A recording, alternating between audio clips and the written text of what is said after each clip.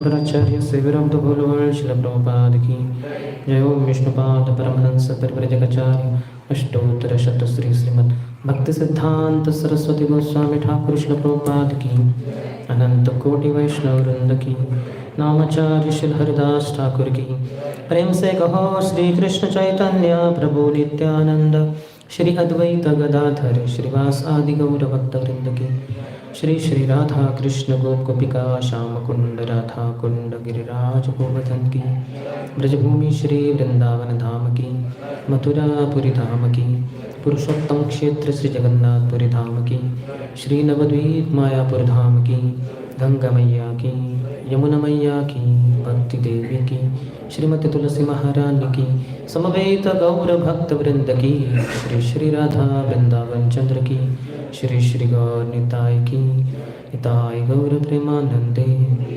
All glories to the assembled devotees, all glories to the assembled devotees, all glories to the assembled devotees, all glories, all glories, all glories to Shri Guru and Shri Gauranga. नमो विष्णुपदाय कृष्णपृष्ठाय भूतले श्रीमते भक्तिवेदांत स्वामिनिति नामिने नमस्ते सरस्वती देवे गौरवाणी प्रचारिणे निर्विशेष शून्यवादी पाश्चात्य देशतारिणे। देनो already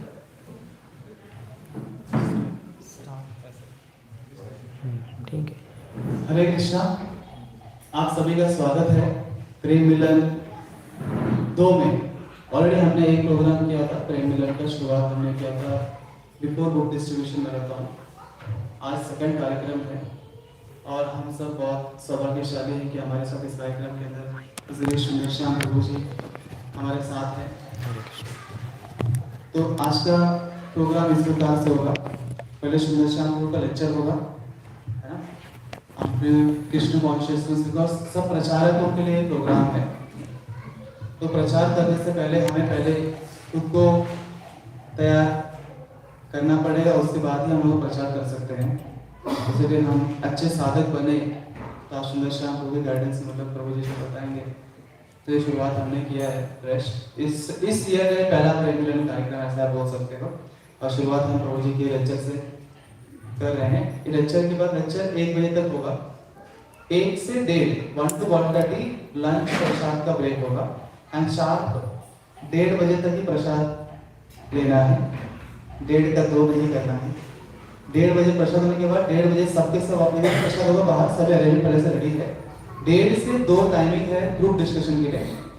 तो आपको हम टॉपिक देंगे तो ग्रुप उस टाइम बनाया जाएगा। तो 2 बजे तक जीडी कंप्लीट करना है और 2 to 3:45 जीडी के ऊपर डिस्कशन होगा। ग्रुप डिस्कशन थोड़ा सा वर्कशॉप जैसा होगा और डिस्कशन करेंगे उसके ऊपर। उस रूपरेखा हम उसमें बताएंगे आपको। और 3:45 to 4 15 मिनट का ब्रेक होगा, शॉर्ट ब्रेक। और वापस 4 to 5 o'clock जो है एक्शन प्लान प्रीचिंग का जो हमने प्लानिंग हुआ स्ट्रेटेजी इस साल 2023 का जो प्रचार का हमने प्लानिंग किया है वो आपको हम समझाएंगे सभी को, और साथ में मिलकर हम आगे क्या करना है इसका तय करेंगे। ब्रीफ में रूपरेखा है। सो एक बार हम सुंदर श्याम प्रभु जी को आज हमारे साथ यहाँ पर आप सब जानते हैं, इसलिए मैं इंट्रोड्यूस नहीं कर रहा हूँ डिटेल में। लाउडली हम हरे कृष्ण महामंत्र बोलेंगे, पर आप सब प्रीचर्स है तो हमारा आपको बहुत ज्यादा होना चाहिए। प्रचार करना है पूरे संसार में, इसलिए थोड़ा आवाज के साथ आप सब हरे कृष्ण महामंत्र बोलेंगे। हरे कृष्णा कृष्णा कृष्णा हरे हरे, हरे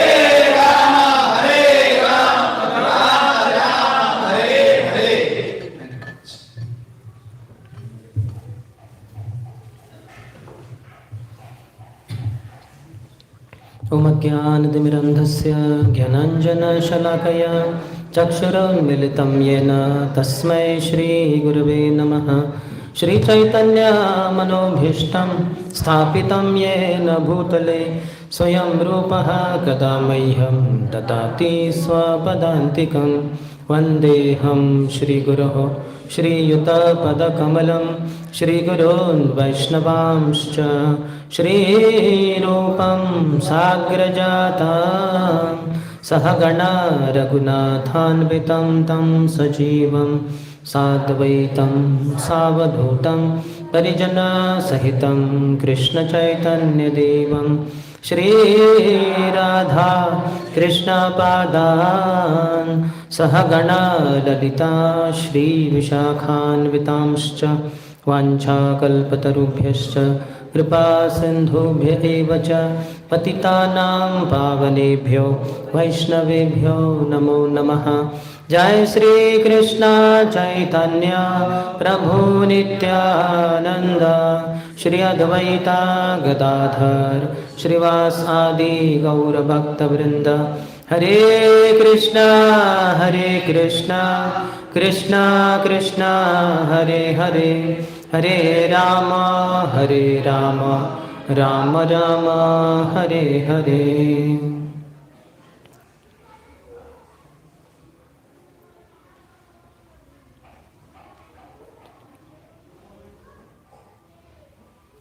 हरे कृष्णा। आज के सुबह के इस सत्र में जिधर प्रचारकों के लिए कुछ कार्यक्रम आयोजित किया है, सभी उपस्थित भक्तों का हार्दिक स्वागत है। आज के लिए विषय बताया गया है 5S इंग्लिश वाले।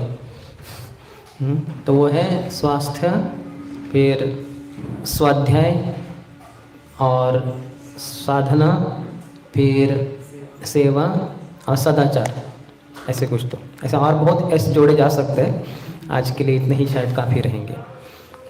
तो बहुत ही महत्वपूर्ण है और हमारे आचार्यों ने बताया है कैसे हमें जीवन प्रणाली होनी चाहिए जिससे कि हम खुद को भी ठीक से रख सके और दूसरों को भी मदद कर पाए। जैसे हिंदी में कहते हैं जान है तो जहान है, तो शरीर को भी स्वास्थ्य ठीक रखना है और फिर दूसरों को भी मदद करनी है। भौतिक रूप से, आध्यात्मिक रूप से अपने आप को ठीक रखना है, फिर दूसरों को भी भौतिक और आध्यात्मिक दृष्टि से ठीक रखने के लिए मदद करना है। तो हम पहले से चर्चा करेंगे। पहला है स्वास्थ्य। पहला स्वास्थ्य क्यों?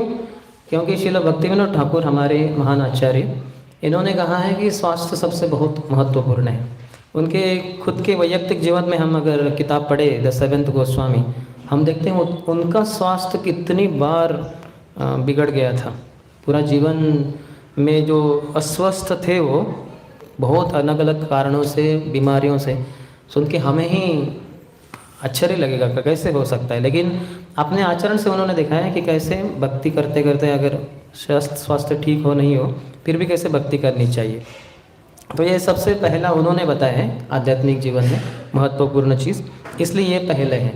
लेकिन स्वास्थ्य में ऐसे नहीं कि सिर्फ शारीरिक स्वास्थ्य ही, आध्यात्मिक स्वास्थ्य हो तो फिर शारीरिक स्वास्थ्य का कुछ मायने रखता है, नहीं तो क्या फ़ायदा। जैसे हमने कहा जान है तो जहान है, लेकिन जान कौन है? जान कृष्ण है, न कि ये जान जो सांस लेते रहते छोड़ते रहते हैं। तो वो तो सेकेंडरी है, द्वितीयम है, प्राथमिक है कृष्ण। जैसे भक्ति सिद्धांत सरस्वती ठाकुर कहते हैं प्राण आछे यार स हेतु प्रचार। जिसमें प्राण है वो प्रचार करेगा। तो प्राण कौन से? यानी जो जीवित है वो प्रचार करेगा, मुर्दा क्या प्रचार करेगा? तो यहाँ मुर्दा यानी ऐसा नहीं कि जिसके शरीर से आत्मा चली गई हो, वो मृत शरीर, वो क्या प्रचार करेगा? वो नहीं, कृष्ण ही जान है। तो जो मैंने कहा जान है तो जहान है, कृष्ण जिसके अंतर्गत है उसके लिए पूरा जहां है, जिनको वो प्रचार कर सकते हैं। तो प्राण आचार सहेतु प्रचार, जिसमें प्राण है यानी कृष्ण है जिसके हृदय में, वो दूसरों को प्रचार कर पाएगा। जैसे हमारे भक्तिविनोद ठाकुर ने ही कहा है कृष्ण से तोमार कृष्ण दीते पारो तुम्हारा शक्ति आछे आमी तो कंगाल कृष्ण कृष्ण बोली थाई तब पाछे पाछे। कि हे गुरुदेव, हे वैष्णव ठाकुर, कृष्ण आपके है, कृष्ण आप दूसरों को दे सकते हैं, ये आपकी शक्ति है। मैं तो कंगाल हूँ, मेरे पास कृष्ण नहीं है, कृष्ण कृष्ण चाहिए, ऐसे पुकारते हुए आपके पीछे पीछे मैं दौड़ता हूँ, इस तरह से। तो कृष्ण ही प्राण है और वो प्राण जिसमें है वो प्रचार कर पाएगा। लेकिन इसमें सब है, शरीर भी है, मन भी है और आत्मा भी है। तो हमने पहले मूल देखा कि आत्मा यानी कृष्ण होना चाहिए जीवन में, तब व्यक्ति उत्साही रह सकता है। सामान्यतः व्यक्ति परिश्रम करते करते करते थक जाता है, शरीर तो थक ही जाएगा, फिर वो रिटायरमेंट गवर्नमेंट भी देता है कि आप बहुत थक गए, बहुत सेवा की, थोड़ा घर में रहो, चिंता मत करो, पेंशन वगैरह दे देंगे, लेकिन घर में अभी आपके शरीर का ध्यान दो। तो भौतिक रूप से वो होता है रिटायरमेंट और उसको पेंशन वगैरह ज़रूरत पड़ेगा। लेकिन प्रभुपाद कहते हैं, जब विदुर जी मिलते हैं उद्धव से, तो उद्धव को जब प्रश्न पूछते हो तो उद्धव काफ़ी बूढ़े हो गए हैं, लेकिन वो काफ़ी उत्साही है भक्ति में। और प्रभुपाद उस तात्पर्य में लिखते हैं कि कभी भक्त के लिए रिटायरमेंट नहीं होता। तो भक्त हमेशा उत्साही रहते हैं सेवा करने के लिए, प्रचार करने के लिए। तो कृष्ण है तो ज़रूर व्यक्ति प्रचार कर पाएगा, लेकिन शरीर है यह भी एक अंग है हमारे जीवन का, तो इसलिए उसको भी ध्यान देना है। लेकिन शरीर को ध्यान देते हुए आत्मा को क्या कहते हैं, दुर्लक्षित नहीं करना है। What profit is the man if he gains the whole world but loses his own soul, ऐसे जीसस क्राइस्ट कहते हैं कि क्या लाभ है कि व्यक्ति को कि पूरे संसार को जीत लिया उसने, लेकिन आत्मा को एक खो बैठा, यानी आत्मा की उन्नति के लिए उसने कार्य ही नहीं किया, यानी उसको पता ही नहीं कि मैं शरीर नहीं मैं आत्मा हूँ। तो आत्मा की उन्नति के लिए कार्य करना तो रही बड़ी, तो बहुत ही दूर की बात, तो उससे नहीं होगा काम। और जैसे हमने कहा कि आत्मा को दुर्लक्षित नहीं करना है, तो आत्मा बहुत महत्वपूर्ण है आत्मा की उन्नति के लिए। तो जैसे कहते हैं कि पेनी वाइज पाउंड्स फुलिश, प्रभुपाद काफ़ी बार कहते थे। पेनी वाइज यानी छोटी सी एक चवन्नी मैंने बहुत अच्छे से जेब में अच्छे से छिपा के उसको सुरक्षित रखा मैंने, लेकिन पाउंड्स फुलिश, मेरे पाउंड्स यानी बहुत बड़ी रकम जा रही है जिसके बारे में मुझे पता ही नहीं। एक चवन्नी मैंने अच्छे से कर ली, लेकिन उस दूसरी तरफ मेरे पाउंड्स के पाउंड्स चले जा रहे, समझ रहे हैं? जैसे एक पैसे को मैंने अच्छे से रखा, लेकिन मेरे 2000 की नोट ही किसी ने चोरी कर ली। तो ऐसा नहीं होना चाहिए। जैसे बाहर की दुनिया में चोरी करने के अलग अलग तरीके हैं, तो उसमें एक तरीका होता है कि व्यक्ति के सामने जब चोर आता है तो उसके ब्रीफकेस में बहुत सारे डुप्लीकेट नोट्स रहते हैं और वो ऐसे उड़ा देता है। तो वो एक इतने सारे नोट्स वो नीचे ज़मीन पे गिरते हैं तो उसको बटोरता रहता है, लेकिन उसको पता नहीं, उसने उसका जो लैपटॉप का बैग है बाजू में रख दिया, और जब बटोर रहा था तब तक वो चोर ने लैपटॉप का बैग लेके गया। फिर सब बटोर के उसने जब गए तो समझे कि सब नकली नोट्स है, तो एक भी रुपया नहीं मिला उसको, और जो लैपटॉप रहेगा 60,000 1 लाख रुपए का वो चला गया। तो पेनी वाइज पाउंड फुलिश नहीं होना चाहिए। तो आत्मा को दुर्लक्षित नहीं करना है, शरीर का स्वास्थ्य का ध्यान देते हुए। और शरीर के लिए जो है एक तरीके से वो तो प्राप्त होगा ही। जैसे प्रहलाद महाराज कहते हैं उनकी शिक्षाओं में, जैसे कौमारम आचरत के बाद वो कहते हैं कि सुखम ऐन्द्रियकम दैत्या देह योगेन देहिना सर्वत्र लभ्यते दैवात यथा दुखम अयत्नतः। देखिए, सुखम ऐन्द्रियकम दैत्य, हे दैत्य पुत्रो, सुखम जो हमारे जीवन में सुख है, जो हमारे नसीब में है हमारे कर्मों के अनुसार, वो तो मिलेगा ही। सुखम ऐन्द्रियकम दैत्य देह योगेन, जो देह मिला है, देह के साथ हमारा सुख भी निश्चित है। तो सुख मिलता ही है, तो ऐसे दुख भी आएगा ही। जैसे दुख आता है बिना प्रयास किए, वैसे सुख भी आएगा ही। ये शरीर का जैसे पैकेजिंग रहता है, तो वो पैकेजिंग में जो है वो सब मिल ही जाएगा आपको, एक यूनिट है वो। तो वैसे जैसे दुख मिल रहा है शरीर में, वैसे सुख भी मिलेगा। तो इसलिए बहुत ही अधिक कार्यरत नहीं होना चाहिए भक्तों को शरीर स्वास्थ्य के लिए। लेकिन फिर भी भगवान भगवद्गीता में 6 अध्याय में ध्यान योग में कहते हैं, युक्त आहार विहारस्य युक्त चेष्टस्य कर्मसु युक्त स्वप्नावबोधस्य योगो भवति दुःखः। तो अगर हम सबको पता है, अगर बहुत ही ऊंचे स्तर पे है, शुद्ध भक्त है, उत्तम अधिकारी है, तो उनको शरीर स्वस्थ हो अस्वस्थ हो कुछ अंतर नहीं पड़ता। लेकिन हमारे जीवन में अंतर पड़ता है, क्योंकि हम अपनी पहचान काफ़ी हद तक शरीर से करते हैं। तो जैसे अगर मैं जप कर रहा हूँ और 2 4 5 बार छींक आ गई तो ऐसा लगता है कि ये क्या है, मेरा जप ठीक से नहीं हो पा रहा है। लेकिन जप तो हो रहा है, लेकिन फिर भी ऐसा लगता है। और फिर लगता है कि अरे बाकी भक्त क्या सोचेंगे कि मैं छींक रहा हूँ, मुझे सर्दी, कोई बोल भी देगा, प्रभु जी आपको सर्दी हो गई है क्या, आप स्वेटर पहन लो या फिर कुछ तो कर लो या कि सो जाओ आप। तो हम बहुत शारीरिक चेतना में रहते हैं, लेकिन फिर भी शरीर का ध्यान देना है। युक्त आहार, ज़्यादा भी नहीं खाना है, कम भी नहीं खाना है। तो सत्वगुण के अंतर्गत रहकर कार्य करने हैं और शुद्ध सत्वगुण के कार्य करने हैं। शुद्ध सत्वगुण को प्राप्त करने के लिए प्रयत्नशील बनना है, लेकिन स्थित होना है सत्वगुण में। अधिक खाएंगे तो वो तमोगुण का लक्षण है, उसके पास और कुछ करने को है नहीं, खाते रहो और क्या करना है, और दूसरा सोना है। तो बहुत अधिक खाने वाला, बहुत अधिक सोने वाला तमोगुण में होता है। बहुत कम खाने वाला, बहुत कम सोने वाला रजोगुण में होता है। तो हमें रजोगुण में भी नहीं होना है और तमोगुण में भी नहीं होना है, सत्वगुण में होना है। इसलिए भगवान कहते हैं युक्त, युक्त यानी जितना उचित है उतना, ज़्यादा नहीं जो तमोगुण का लक्षण हो गया और कम भी नहीं जो रजोगुण का लक्षण है, सत्वगुण में स्थित होकर। काफ़ी बार हम सुनते भी हैं कि डोंट गो टू एक्सट्रीम्स। अभी एक्सट्रीम्स को क्या कहते हैं? बहुत एकदम तो वैसे नहीं, यानी बहुत ही एकदम उस जैसे हम अगर मैं पहाड़ चढ़ रहा हूँ, इतना सा है वो, ऐसे चढ़ रहा हूँ, लेकिन उस तरफ खाई है इस तरफ खाई है, तो एक्सट्रीम में नहीं जाना, यानी मैं इस तरफ नहीं जाना चाहिए एकदम, नहीं तो हो सकता है इस तरफ की खाई में गिर जाऊँ, और उस तरफ भी एकदम नहीं जाना चाहिए, नहीं तो उस तरफ की खाई में गिर सकते हैं थोड़ा हवा के झोंके से या तो संतुलन छूटने से। लेकिन बीच में रहेंगे तो धीरे धीरे धीरे वो पहाड़ पे चढ़ सकते हैं। वैसे ही भक्ति में भी हमें बीच का रास्ता बहुत महत्वपूर्ण है, और बीच का रास्ता यानी सत्वगुण का रास्ता। ये एक्सट्रीम में यानी यहाँ रजोगुण हो गया, वहाँ तमोगुण हो गया, तो दोनों में नहीं रहना है, बीच में रहना है सत्वगुण में। लेकिन जाना ऐसे नहीं है रास्ते पे, ऊपर की दिशा में उड़ना है, यानी शुद्ध सत्वगुण के लिए प्रयत्नशील होना है। तो इसके लिए सत्वगुण में स्थित होना चाहिए। तो ज़्यादा खाना नहीं है, ज़्यादा सोना नहीं है, कम खाना नहीं है, कम सोना नहीं है। तो कितना खाना है, कितना सोना है, कितना कैसे समझे हम? तो इसके लिए श्रुति मंत्र में, स्मृति शास्त्र में एक श्लोक आता है, श्री विश्वनाथ चक्रवर्ती ठाकुर, शायद मैं गलत नहीं हूँ तो 3:28 जो भागवतम के तीसरे स्कंद के कपिल शिक्षा में 28वें अध्याय के तीसरे श्लोक के दूसरे परिच्छेद में प्रभुपाद इंग्लिश में या हिंदी में जो भी भाषा में ट्रांसलेशन बताते हैं, लेकिन वो एक स्मृति मंत्र है जो श्री विश्वनाथ चक्रवर्ती ठाकुर अपने टीका में बताए हुए हैं। तो कहते हैं कि 2 भागों पूरयेद अन्नस, 2 भागों पूरयेद अन्नस तोयनेदैकम तोयनेदैकम, कुछ तो एक शब्द रह जाता है उधर, लेकिन मारुतस्य प्रचारार्थम चतुर्थम अवशेषयेत। तो कहते 2 भागों पूरयेद अन्नस, 2 भाग अन्न लेना चाहिए, यानी सॉलिड फूड, राइस दाल सब्जी चपाती अथवा पकौड़ा सूजी हलवा गुलाब जामुन वो सब आ गया सॉलिड फूड में।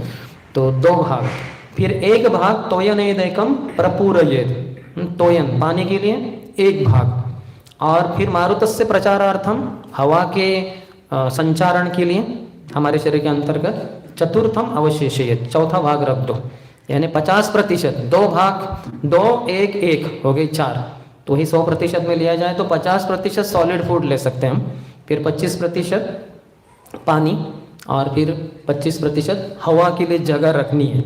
नहीं कि 108% मैंने पेट में सॉलिड फूड लिया है तो सब मेरा शरीर चक्कर रहा है, हवा घूम रही है लेकिन मेरे सर में घूम रही है, समझ में नहीं आ रहा क्या करूँ अभी, सब दिन है कि रात है समझ में नहीं आ रहा, तो उतना नहीं खाना है। तो इस तरह से विभाजन करना है, ऐसे विश्वनाथ चक्रवर्ती ठाकुर स्मृति शास्त्र से बताते हैं। तो ये कैसे क्या समझे कि मेरा 50% इतना मेरा भक्त पेट है, पापी पेट लेकिन भक्त पेट है, अभी सिर्फ कृष्ण को ही स्वीकार करता है प्रसाद रूप में, तो कैसे समझेंगे कि मेरा 50% सॉलिड फूड यानी क्या है? तो परम पूज्य भक्ति रसामृत स्वामी महाराज कहते हैं कि एक दिन तुम दोपहर को अच्छे से खा लो, जितना खा सकते हो खा लो, प्रसाद अर्थात भोग नहीं प्रसाद, तो ले लो बहुत, और सब मेजर करो।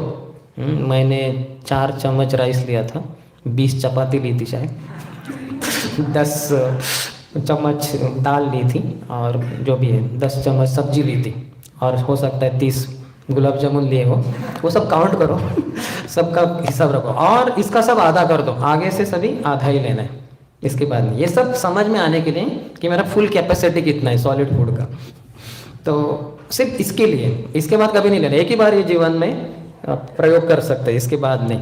अर्थात ये दोपहर को कर सकते हैं, रात को बहुत खाकर सोना नहीं चाहिए, तो दोपहर में लिए हैं तो बाद में थोड़ा करके पच जाएगा वो, तो इसके आधा लेना है सब सॉलिड फूड, और 25% पानी ले सकते हैं। अर्थात उसमें भी बहुत सारे डिटेल्स बताए गए हैं शास्त्रों में, आप वो ब्रह्मचर्य इन कृष्ण कॉन्शियसनेस किताब पढ़ सकते हैं। ये गलत धारणा है कि वो सिर्फ ब्रह्मचारियों के लिए किताब है, उसके लेखक परम पूज्य भक्ति विकास स्वामी महाराज जब पूना में आए तो उन्होंने बताया है कि ऐसे गलत फहमी है कि ये सिर्फ ब्रह्मचर्यों के लिए नहीं, ये ब्रह्मचर्यों के लिए है, लड़कों के लिए है, लड़कियों के लिए, माताजियों के लिए है, बूढ़ों के लिए है, सभियों के लिए है वो किताब, नाम लिखा है ब्रह्मचर्य। तो लेकिन इसका मतलब ये नहीं कि सिर्फ ब्रह्मचारी ही जो गिरवे कपड़े पहने वही ब्रह्मचारी। तो श्रीमान शंकरशदास अधिकारी प्रभु कहते हैं कि 5 प्रकार के ब्रह्मचारी है, ब्रह्मचारी ब्रह्मचारी, गृहस्थ ब्रह्मचारी, वानप्रस्थ ब्रह्मचारी, सन्यासी ब्रह्मचारी, ब्रह्मचारिणी ब्रह्मचारी। तो 5 प्रकार के ब्रह्मचारी, यानी सभी को ब्रह्मचारी ही है, कोई ब्रह्मचारी के बाहर है ही नहीं। ब्रह्मचारी का मतलब ये नहीं कि सर मुंडवा दो, गिरवे कपड़े पहनो, नहीं, वो तो बहुत ही सुपरफिशियल, बहुत ही ऊपरी रूप का एक परिभाषा हो गया। ब्रह्मचारी यानी ब्रह्मन चरति इति ब्रह्मचारी, जिसका चेतना हमेशा ब्रह्मन में है।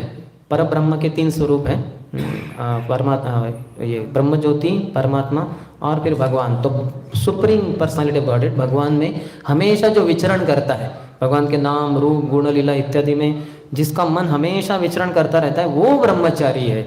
तो ब्रह्मचर्य ऐसा नहीं कि ब्रह्मचर्य आश्रम में रहने वाला व्यक्ति ही वैसा रहना चाहिए, नहीं, वो तो गृहिणी हो सकती है, घर में कोई लड़की हो सकती है, लड़का हो सकता है, बूढ़े हो सकते हैं, जो भी भक्ति मार्ग में लगे हुए हैं वो सब ब्रह्मचारी हो सकते हैं अगर उनकी इच्छा है तो उस ब्रह्मचर्य किताब में बहुत कुछ डिटेल्स लिखे गए हैं कि कैसे लेना, जीवन कैसे बिताना चाहिए वगैरह। तो उसमें आप देख सकते हैं कि क्या करना चाहिए। तो उसमें बताया कि जैसे प्रसाद लेने के पहले आधा घंटा के पहले पानी पिया तो ठीक है, लेकिन जस्ट पहले नहीं पीना चाहिए। और विष प्रसाद के समय आधा गिलास वगैरह थोड़ा सा पी सकते हैं पानी। प्रसाद के बाद पानी नहीं पीना चाहिए, नहीं तो फिर वो जो फायर ऑफ डाइजेशन, जठराग्नि प्रदीप्त हुआ है, उसमें पानी डाल के जैसे बुझाने के समान है, तो वो नहीं करना चाहिए। कुछ तो 48 मिनट के बाद या 1 घंटे के बाद पानी पी सकते हैं। तो पानी के बारे में हुआ, खाना, सोना इत्यादि। और नींद की बात हुई तो प्रभुपाद कहे 6 घंटा नींद काफ़ी है हमारे लिए। जितना छोटे बच्चे रहते उतना ज़्यादा सोते हैं। शायद सबसे छोटे बच्चे पता नहीं मुझे कितना, माता बता सकते हैं, लेकिन शायद 14 घंटे वगैरह सोते हैं बच्चे। लेकिन जैसे जैसे उम्र बढ़ती जाती है, उम्र धीरे नींद थोड़ी थोड़ी कम होती जाती है। तो यौवन अवस्था में 6 घंटा वगैरह ठीक है, आगे शायद बुढ़ापे में थोड़ी कम हो जाती होगी। और बहुत ही शारीरिक कष्ट किए हैं किसी दिन, जैसे पुस्तक वितरण के समान समय अगर बहुत सारे कार्टन्स वगैरह उठाए हैं या बहुत किताबों को इधर उधर ट्रांसफ़र किया, बहुत हम शारीरिक हलचल बहुत हुई है, मेहनत की है बहुत, तो फिर 6.5 घंटा या 7 घंटा भी ठीक है। प्रभुपाद ने कहा है कि जो पुस्तक वितरक है वो ज़्यादा सो सकते हैं, ज़्यादा खा सकते हैं, कुछ समस्या नहीं है, क्योंकि वो डाइजेस्ट कर पा रहे हैं और थके भी ज़्यादा हैं तो नींद भी ज़्यादा। नहीं तो फिर सेडेंटरी लाइफस्टाइल है, यानी जैसे बैठे बैठे ही जीवन है, काफ़ी हद तक कंप्यूटर पे बैठो, चेयर पे बैठो। हालांकि ब्रह्मचारियों का भी काफ़ी हद तक सेडेंटरी लाइफ हो जाता है। मॉर्निंग प्रोग्राम में बैठ के जप करो, मॉर्निंग प्रोग्राम में कथा बैठ के सुनो, बैठ के क्लास दो, बैठ के क्लास सुनो, तो बैठे बैठे ही काफ़ी जीवन हो जाता है। तो इसलिए थोड़ा सा चलना फिरना भी चाहिए। आप सूर्य नमस्कार कर सकते हैं, यहाँ तक कि श्रील सनातन गोस्वामी अपने हरिभक्ति विलास में कहते हैं कि ब्राह्मणों को प्राणायाम करके अगर वो गायत्री मंत्र का जप करें तो बहुत अच्छा है। तो इसलिए मैं रोज़ सुबह जप करता हूँ मंदिर हॉल में, फिर जाता हूँ रूम में, सूर्य नमस्कार करके प्राणायाम करके फिर मैं अपनी गायत्री मंत्र का जप करता हूँ रूम में ही, क्योंकि सनातन गोस्वामी ने कहा है कि ब्राह्मणों के लिए अच्छा है। प्राणायाम करके मन अधिक स्थिर हो जाता है या स्थिर हो जाएगा। फिर जब गायत्री, क्योंकि गायत्री में इतना है कि आवाज़ नहीं निकलना चाहिए, इतना भी बताया गया है कि लिप्स भी नहीं हिलने चाहिए, होंठ भी नहीं हिलने चाहिए, तो वो मन ही मन करना है, तो मन काफ़ी स्थिर होना चाहिए वो सेकेंड इनिशिएटेड डिवोटी का। तो इसके लिए प्राणायाम करने के लिए उन्होंने रिक्वेस्ट किया है, ऐसे कि कंपलसरी नहीं है वो, लेकिन प्राणायाम करके कर सकते हैं। तो ऐसे कुछ चीज़ें चलना चाहिए, जीवन चलना बहुत अच्छा है। एक बूढ़े प्रभु जो हमारे पुणे के उत्तम नगर सेंटर में एक बार मैं गया था, कैंप था हमारा 2-3 दिन का, तो वहाँ एक प्रभु जी थे, तो बूढ़े थे, दिखने से समझ में आया था कि बहुत बूढ़े हो, थोड़े मोटे भी थे। तो वो सुबह सुबह उठ के, मैं जब मंगल आरती के पहले जब कर रहा था उधर, तो देखता था रोज़ आके वो झाड़ू लगा के पोछा मारते थे। तो मुझे आश्चर्य हुआ, ये इतने बूढ़े प्रभु कैसे? तो बाद में मैंने उनको थोड़ा एकांत में बात किया, बोले प्रभु जी आपकी उम्र कितनी है? बोले 82, 82। बोले 82, ऐसा लगता ही नहीं आप जैसे कार्य कर रहे। तो मैंने कहा कि आप तो बहुत अच्छे हेल्थ वाले हैं। बोले हाँ, तो आपके हेल्थ का क्या रहस्य? मैंने ऐसे पूछा उनको। वो बोले, सोचे थोड़ा, उन्होंने कभी शायद सोचा नहीं होगा। वो बोले हम बहुत चलते थे और चलते हैं। हम जब पुराना था तो ये एरिया में कुछ भी घर नहीं थे, तो दूसरा जो बाजू के इसमें जाते तो 5 किलोमीटर कम से कम हम चल के जाते थे। और ऐसे 5-10 किलोमीटर रोज़ चलना तो हमारे लिए बहुत ही सामान्य चीज़ थी। आजकल हम चलते नहीं। आप में से कितने जन 5-6 किलोमीटर चलते हैं रोज़? शायद उनका शहर वो जॉब ही शायद वैसा हो सकता है, तो इसलिए शायद। तो जिनके जॉब वैसे नहीं है, सेडेंटरी जॉब्स है, तो वो तो 5 घंटा यानी बहुत हो गया। तो लेकिन थोड़ा चल सकते हैं, अच्छा है, विचरण करना चाहिए। लेकिन अर्थात उसके साथ जप कर सकते हैं, जप माला लगे हाथ में, हरे कृष्ण कृष्ण कृष्ण हरे हरे, हरे राम राम राम हरे हरे। या फिर भक्तों से कुछ बातचीत जो करनी है चलते चलते भी कर सकते हैं। प्रभुपाद मॉर्निंग वॉक में क्यों जाते हैं शुरू किए? तो पहले तो वो मॉर्निंग वॉक कभी गए नहीं, इंडिया में थे वगैरह। तो बाद में जब अमेरिका में 67 में शायद उनको एक स्ट्रोक जैसा कुछ तो हुआ था, क्या था ठीक से पता नहीं चला, हार्ट अटैक शायद नहीं था, जो भी था स्ट्रोक था। तो उसके बाद वो डॉक्टर बातें कर रहे थे, डॉक्टर भक्तों से बातें कर रहे थे, ये व्यक्ति बहुत बूढ़ा है और बहुत बोलता है, बहुत प्रवास करते हैं, तो अगर ये चलेंगे नहीं सफिशेंटली तो जल्दी मर जाएंगे। तो प्रभुपाद ने जैसे सुना ही मृत्यु जल्दी हो जाएगी तो अच्छा नहीं, क्योंकि हमें बहुत प्रचार करना है, अमेरिका में आया हूँ प्रचार करने के लिए। तो प्रभुपाद ने उस चीज़ को इतनी गंभीरता से लिए कि दूसरे दिन से ही सुबह मॉर्निंग वॉक शुरू हो गया प्रभुपाद का, जो हम जानते कितना फेमस है। आज मॉर्निंग वॉक कितने सारे रिकॉर्डिंग किए गए हैं और वो हम सब सुनते भी है। तब से लेके प्रभुपाद किधर भी हो संसार में, दुनिया में, रोज़ मॉर्निंग वॉक को जाते थे। जो भी कुछ 5:30-6 बजे निकलते थे, अलग अलग एरिया में, एक तो कार से जाके वहाँ चल के आधा एक घंटा जब करते समय आपने देखे भी होंगे वीडियो रिकॉर्डिंग से, भक्तों से प्रश्न उत्तर भी हो रहे, और फिर 7:30 बजे तक फिर से दर्शन के लिए आते थे। तो हम भी उसको कर सकते हैं। तो ये हम शरीर का हो गया, कितने शरीर के बारे में बहुत कुछ बोला जा सकता है, लेकिन फिर भी थोड़ी हमने जानकारी। फिर मन के बारे में भी, मन बहुत ही स्थिर होना चाहिए। तो मन को स्थिर करने के लिए बुद्धि है, जैसे कहते हैं इंद्रियाणि पराण्याहुर इंद्रियेभ्य परम मनः मनसस्तु परा बुद्धे यो बुद्धे परतस्तु स। इंद्रियों के, स्थूल इंद्रियों के ऊपर है मन, मन के ऊपर है बुद्धि, बुद्धि के ऊपर है वो यानी आत्मा। तो शरीर के ऊपर मन है, तो मन बहुत स्थिर होना चाहिए, शांत होना चाहिए। जितनी भौतिक इच्छा नहीं है या कम है उतना मन शांत रह सकता है। मैं ब्रह्मचारियों को देखता हूँ, कितने सारे भारत भर में इतना भ्रमण करके इतने सारे ब्रह्मचारी से बात होती है, लेक्चर तो दिए जाते ही हैं, लेकिन पर्सनल भी मिलने आते हो, तो इनका मन इतना विचलित रहता है क्योंकि भौतिक इच्छाओं से भरा है। विशेषतः जो ब्रह्मचारी मंदिर के अंदर रहते ही हैं तो बहुत सारे पोस्ट पोजीशंस रहते हैं। गृहस्थ लोग तो हफ्ते में एक बार आके कुछ थोड़ा सा झाड़ू पोछा मारा, प्रसाद सर्विंग किया तो उनको अच्छा लगेगा, लेकिन जो अंदर ही अंदर रहते हैं पोस्ट पोजीशन के पीछे बहुत कुछ हो जाता है उनका।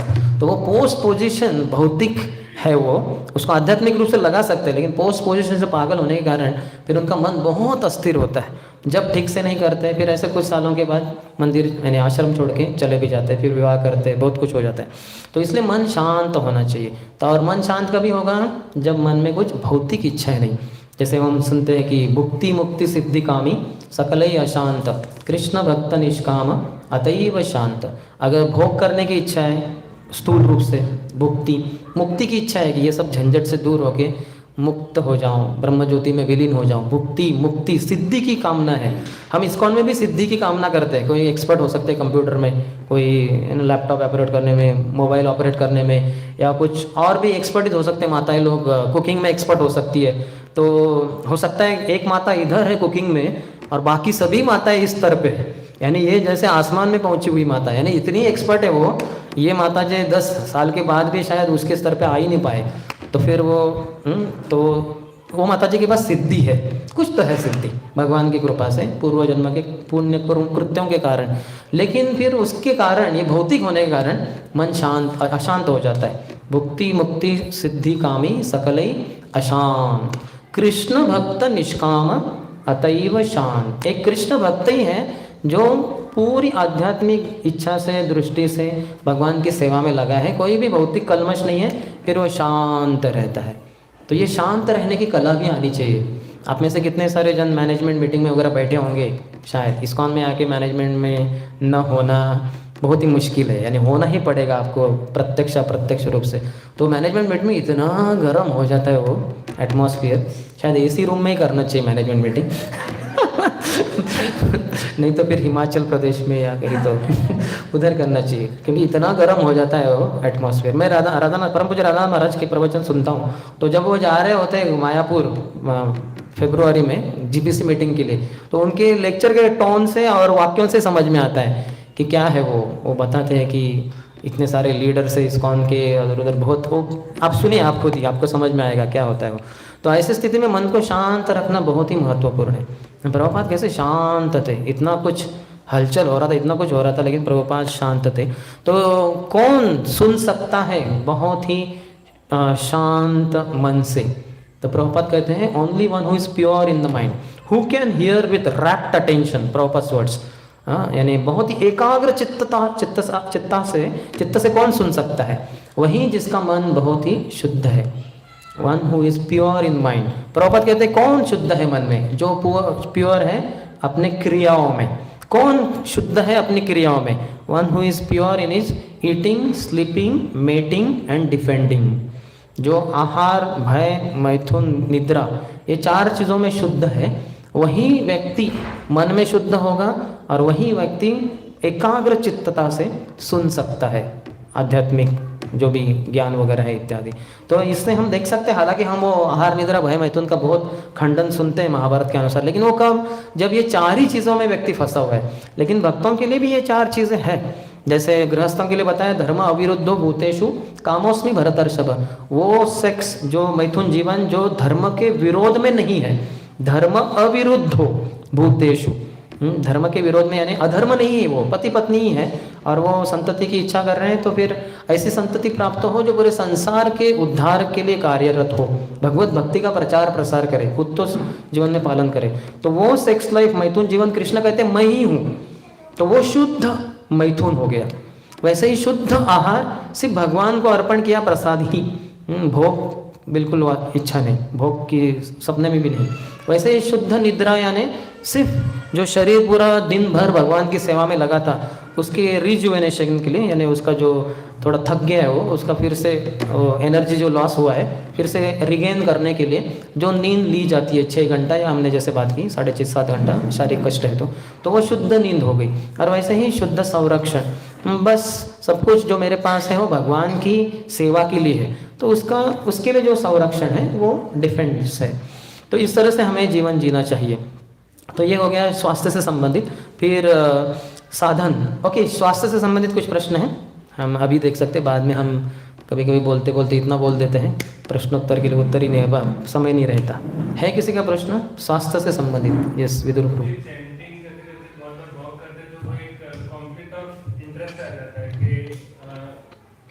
जनरली कहा जाता है कि बैठ के चैंटिंग करनी चाहिए, तो यस, अगर आप सत्वगुण में हैं तो बैठ के जप करना चाहिए।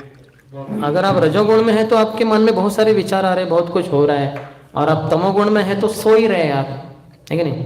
हरे कृष्ण हरे राम राम राम राम राम राम राम, ये भी क्या जप है? हाँ, तो ये तमोगुण के प्रभावित हुए हम। जब हरिनाम तमोगुण में नहीं है, हम तमोगुण में, तो इसलिए उठकर जप करना ये बताया गया है। अगर बैठे नींद आ रही है तो उठकर जप करना चाहिए, फिर भी नींद आ रही है तो चलकर जप करना चाहिए, फिर भी नींद आ रही है तो दौड़कर जप करना चाहिए, फिर भी नींद आ रही है तो जाके सो जाना चाहिए, क्योंकि आपने ये प्रमाणित कर दिया है कि आप नींद के ही पात्र हैं और किसी भी चीज़ के नहीं, दौड़ने की भी नहीं। तो ऐसे तो बैठ के कर सकते हैं। अगर आप सत्वगुण में मन स्थिर है तो जप कर सकते बैठ के, नहीं तो फिर प्रभुपाद को कितने जनों ने देखा है वीडियो में चलते हुए जप करते हुए, और वो तो एकदम खतरनाक चलना है, मैं तो सोच भी नहीं सकता। अगर देखा है आपने वो यूर एवर विलेशन, वो ऐसे जाते हैं रूम में, बाहर आते हैं, इधर जाते हैं, वो ईस्ट वेस्ट नॉर्थ साउथ सभी कंप्लीट कर देते हैं प्राय। तो वो शुद्ध भक्त ही कर सकते हैं, हमें उतना करने की जरूरत नहीं। हमारा एक जैसे भी ये ट्रैक है वाइट, तो इस पे चल सकते हैं। तो क्या वो एक मैकेनिकल मोड में हो जाता है कि ये ट्रैक पे चलना है मुझे आज जब करते समय, तो फिर हम उसको ज़्यादा ध्यान नहीं देंगे।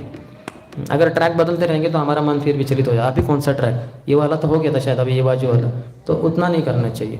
एक कोई तो फिक्स जगह रहेगी मंदिर के वॉल के बाजू में वगैरह, तो कर सकते हैं चल के। मैं तो काफ़ी बार चल के जब करता हूँ। स्लो वॉकिंग, जैसे अभी देखा है आपने, जो शराबी होता है कैसे चलता है, वो बहुत स्लो चलता है, और वो देखने से समझ में आता है ये किसी कभी भी गिर सकता है, किधर भी गिर सकता है वो, है ना।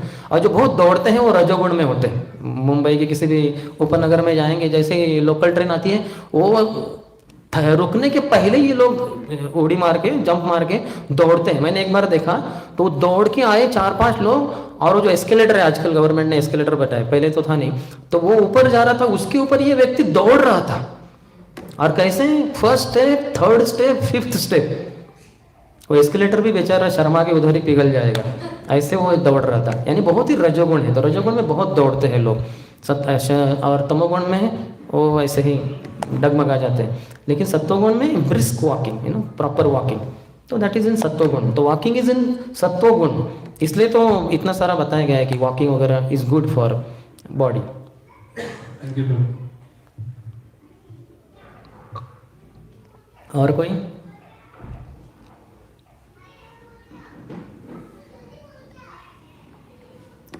Did you want to ask something? You had raised your hand. No. मुझे एक क्वेश्चन था।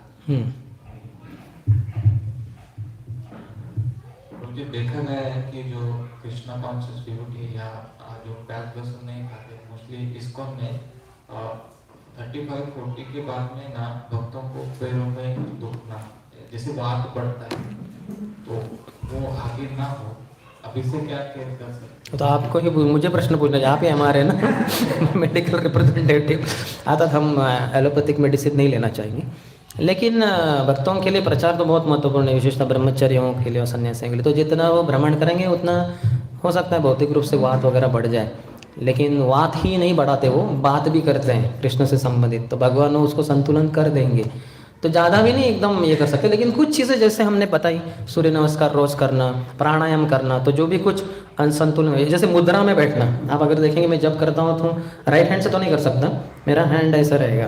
तो अपान मुद्रा, फिर प्राण मुद्रा, तो ये मुद्राओं के द्वारा मन भी शांत रहता है, और फिर शरीर में जो पृथ्वी जल ये जो ऊपर नीचे कुछ होता है तो उसका भी बैलेंसिंग हो जाता है।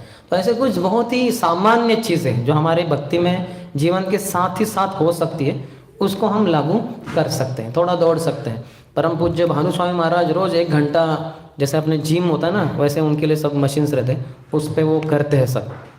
क्योंकि महाराज कहाँ से, जापान से है, अमेरिका में रहे वगैरह, प्रभुपाद से मिले, तो अभी भी गुरु है, सन्यासी है, लेकिन साथ ही साथ वो 1 घंटा करते हैं। गौरांग प्रभु रोज़ क्या कहते हैं उसको, पावर योगा करते हैं। हमारे 2-3 ब्रह्मचर्य जाके सीखे, 1 दिन किया तो वो अगले 2-3 हफ्ते के लिए डाउन हो गए, इतना पावर था उसमें। लेकिन वो पावर योगा के कारण मैंने सुना है कि फिर वो सिर्फ दिन में 1 ही बार खाते वगैरह, यानी ज़रूरत नहीं पड़ता ज़्यादा का, वो पावर योगा से ही कुछ तो पावर आ जाता है। तो ऐसे कुछ सामान्य चीज़ें कर सकते हैं, जिससे कि वात अगर बढ़ रहा है तो ऑयल मसाज कर सकते हैं। तिल ऑयल इज़ बेस्ट, प्रभुपाद रोज़ लेते थे, क्योंकि तिल से ही तैल शब्द आता है, फिर तेल ऑयल, तो इसलिए तिल ऑयल से बात लेना बहुत अच्छा है। ठंडी के दिनों में सरसों के ऑयल से ले सकते हैं, कभी बहुत ही गर्मी वगैरह तो कोकोनट ऑयल से भी ले सकते हैं। It's very good for body. बचपन में हम देखते दिवाली के दिनों में अभ्यंग स्नान होता है, तो सिर्फ उसी दिन हम सिर्फ वो ऑयल वगैरह लगाते हैं, लेकिन एक्चुअली डेली होना चाहिए। ठीक है, उतना समय नहीं तो हफ्ते में 1 बार वगैरह करो, जो भी कुछ है तो थोड़ा बहुत कुछ कर सकते हैं, जिससे कि लंबे अरसे में कुछ ज़्यादा समस्या न हो। लेकिन फिर भी जैसे हम भक्तिविनोद ठाकुर के जीवन में देखते हैं, अगर भगवान की इच्छा है तो हो सकता है सब कुछ हो जाए, वात इत्यादि, तो फिर भी भक्ति करते ही रहने। हमारे एक राजा कुलशेखर तो कहते हैं, इदम शरीरम परिणाम पेशलम पतति अवश्यम शतसंधि जर्जरम किम औषधम प्रोष्यसि मूढ़ दुर्मते निरामयम कृष्ण रसायनम पिबा। तो वो कहते हैं कि इदम शरीरम परिणाम पेशलम, ये जो शरीर है ये ऐसा ही है, पतति अवश्यम, जरूर गिरेगा एक बार और कभी उठेगा नहीं, उठेगा तो 4 जनों के कंधे पे ही उठेगा। राम नाम सत्य है, अपना वाला हरे कृष्ण महामंत्र। और फिर शत संधि जर्जरम, इतनी संधि है इसमें, यहाँ एक संधि, यहाँ दूसरी, तीसरी, चौथी, 5वीं, 6ठी, इतनी सैकड़ों इसमें, कुछ तो 300 से अधिक संधि है इसमें। शत संधि जर्जनम किम औषधम पृष्ठसी मूढ़ दुर्मते। अरे मूर्ख, को इस प्रकार के औषध की पूछताछ कर रहे हो, आपको नहीं पूछ सकते ऐसे मेडिकल रिप्रेजेंटेटिव। तो फिर निरामयम कृष्ण रसायनम पीब, कृष्ण रसायन ये जो औषध है इसको पियो, हमेशा पीते रहो। इसका मतलब है वो लेना ही चाहिए, सततम कीर्तयन्तम हम, लेकिन साथ ही साथ जैसे हमने कहा भक्ति में जीवन के साथ साथ कुछ चीज़ें कर सकते हैं। जैसे हम ट्रेन में ट्रैवल कर रहे तो थोड़ा सा उठ के थोड़ा चलिए। मैं तो हर बार ट्रेन में जर्नी किया हूँ, बुक्स तक वितरण किया हूँ, उस एंड तक इस एंड तक, तो यानी बहुत चलना भी हो गया। नहीं तो ट्रेन में बैठे बैठे घुटने अकड़ जाएंगे वगैरह, थोड़ा चलो, कभी प्लेटफॉर्म पे आके 4-5 जने तो हरिनाम संकीर्तन करो। ऐसे ही भक्ति और ये जो शरीर की ज़रूरत है इसको, इसका मिलाप कर दो, इस तरह से कर सकते हैं। तो हमने जैसे कहा ये सब चीज़ें कर सकते हैं, बाकी इसके अलावा live the rest to the lord, भगवान की जो इच्छा फिर। और कोई माताओं का प्रश्न? माताएं सभी स्वस्थ ही है अगर घर का काम काज करे तो हो जाएगा। जैसे माताजियों के लिए बताया, वो पहले जो क्या कहते हैं चक्की के ऊपर वो पीसते थे, तो बस हो गया, कमर के लिए जो भी जरूरत है वो, नहीं तो फिर कमर में दर्द, फिर जाओ वो जिम में, फिर वो वहाँ की माता जी बोलती कि तुम ऐसे ऐसे घूमो अरे वही साथ साथ आटा भी पिसवाया जाता था, है ना। इधर तो खाली ऐसे ऐसे करके तो है कि नहीं, वो सब करना पड़ता है, बहुत कुछ करना पड़ता है। तो इसलिए शारीरिक कार्य अच्छे से करें तो ये सब जरूरत नहीं पड़ेगा। अभी वॉशिंग मशीन में ये करना पड़ता है, करते रहते हैं। वही अगर घर में कपड़े ये करें काफ़ी अच्छा हो जाए, है कि नहीं। तब किसी घर में वॉशिंग मशीन है, हम उसको ऐसे नहीं बोल रहे कि वो बेच के मंदिर के डोनेशन बॉक्स में डालिए, वो पॉइंट नहीं है। लेकिन ऐसे बहुत सारे कार्य हैं जो किए जा सकते हैं, शरीर के द्वारा करने चाहिए। यस। तो ये जब भी हम ये स्वास्थ्य के बारे में सुनते हाँ, एक और चीज़, जैसे हमारे ब्रह्मचारी कुंजबिहारी मंदिर से कुंजबिहारी मंदिर जाना है, 1 किलोमीटर का रास्ता है, चल के जा सकते हैं ना। हरिनाम संकीर्तन में बैठ गए, ऑटो में आ गए। इधर बहुत अधिक सामान है तो बात समझने के लायक है, तो सामान उठा के लाना बहुत मुश्किल, नहीं तो बस चल के आ जाओ, कीर्तन करो, लोगों को भी लाभ हो। तो ऐसे चलना चाहिए थोड़ा। जब भी ये स्वास्थ्य के बारे में सुनते हैं थोड़ा उत्साह आता है कि चलो ठीक है थोड़ा सूर्य नमस्कार करते हैं 1-2 दिन। तो मेरा ऐसा पर्सनली बहुत बार हो रहा है, स्टार्ट करते हैं कुछ एक्सरसाइज कुछ, तो फिर कुछ महीने बाद वो बंद हो जाते हैं। यस, उसके लिए स्टेडीनेस चाहिए, सत्वगुण चाहिए। और उसके अलावा हो सकता है कि आपके शरीर को ज़रूरत नहीं है एक तरीके से, तो इसलिए आपको महसूस नहीं हो रहा है, वो ज़रूरत नहीं महसूस हो रही है। लेकिन बाद में एक समय आएगा शायद आपको ज़रूरत महसूस होगी, जब उसके बिना आपका काम नहीं चल सकता। जैसे कुछ मैंने सुना आजकल थायराइड का बहुत सारा समस्या होता है, तो ऐसे बहुत सारे लोग हैं उनके थायराइड ग्लैंड्स तो हैं, लेकिन इसके बावजूद भी उनको एक कुछ तो गोली लेनी पड़ती है, रोज़ लेनी है जीवन भर, नहीं तो फिर उनका शायद बोलने का वगैरह समस्या हो जाता है। तो उनके लिए तो गोली लेनी ही लेनी है, नहीं तो समस्या हो जाती है उन लोगों के लिए, या जिनका ऑपरेशन हुआ है थायराइड ग्लैंड्स का वगैरह।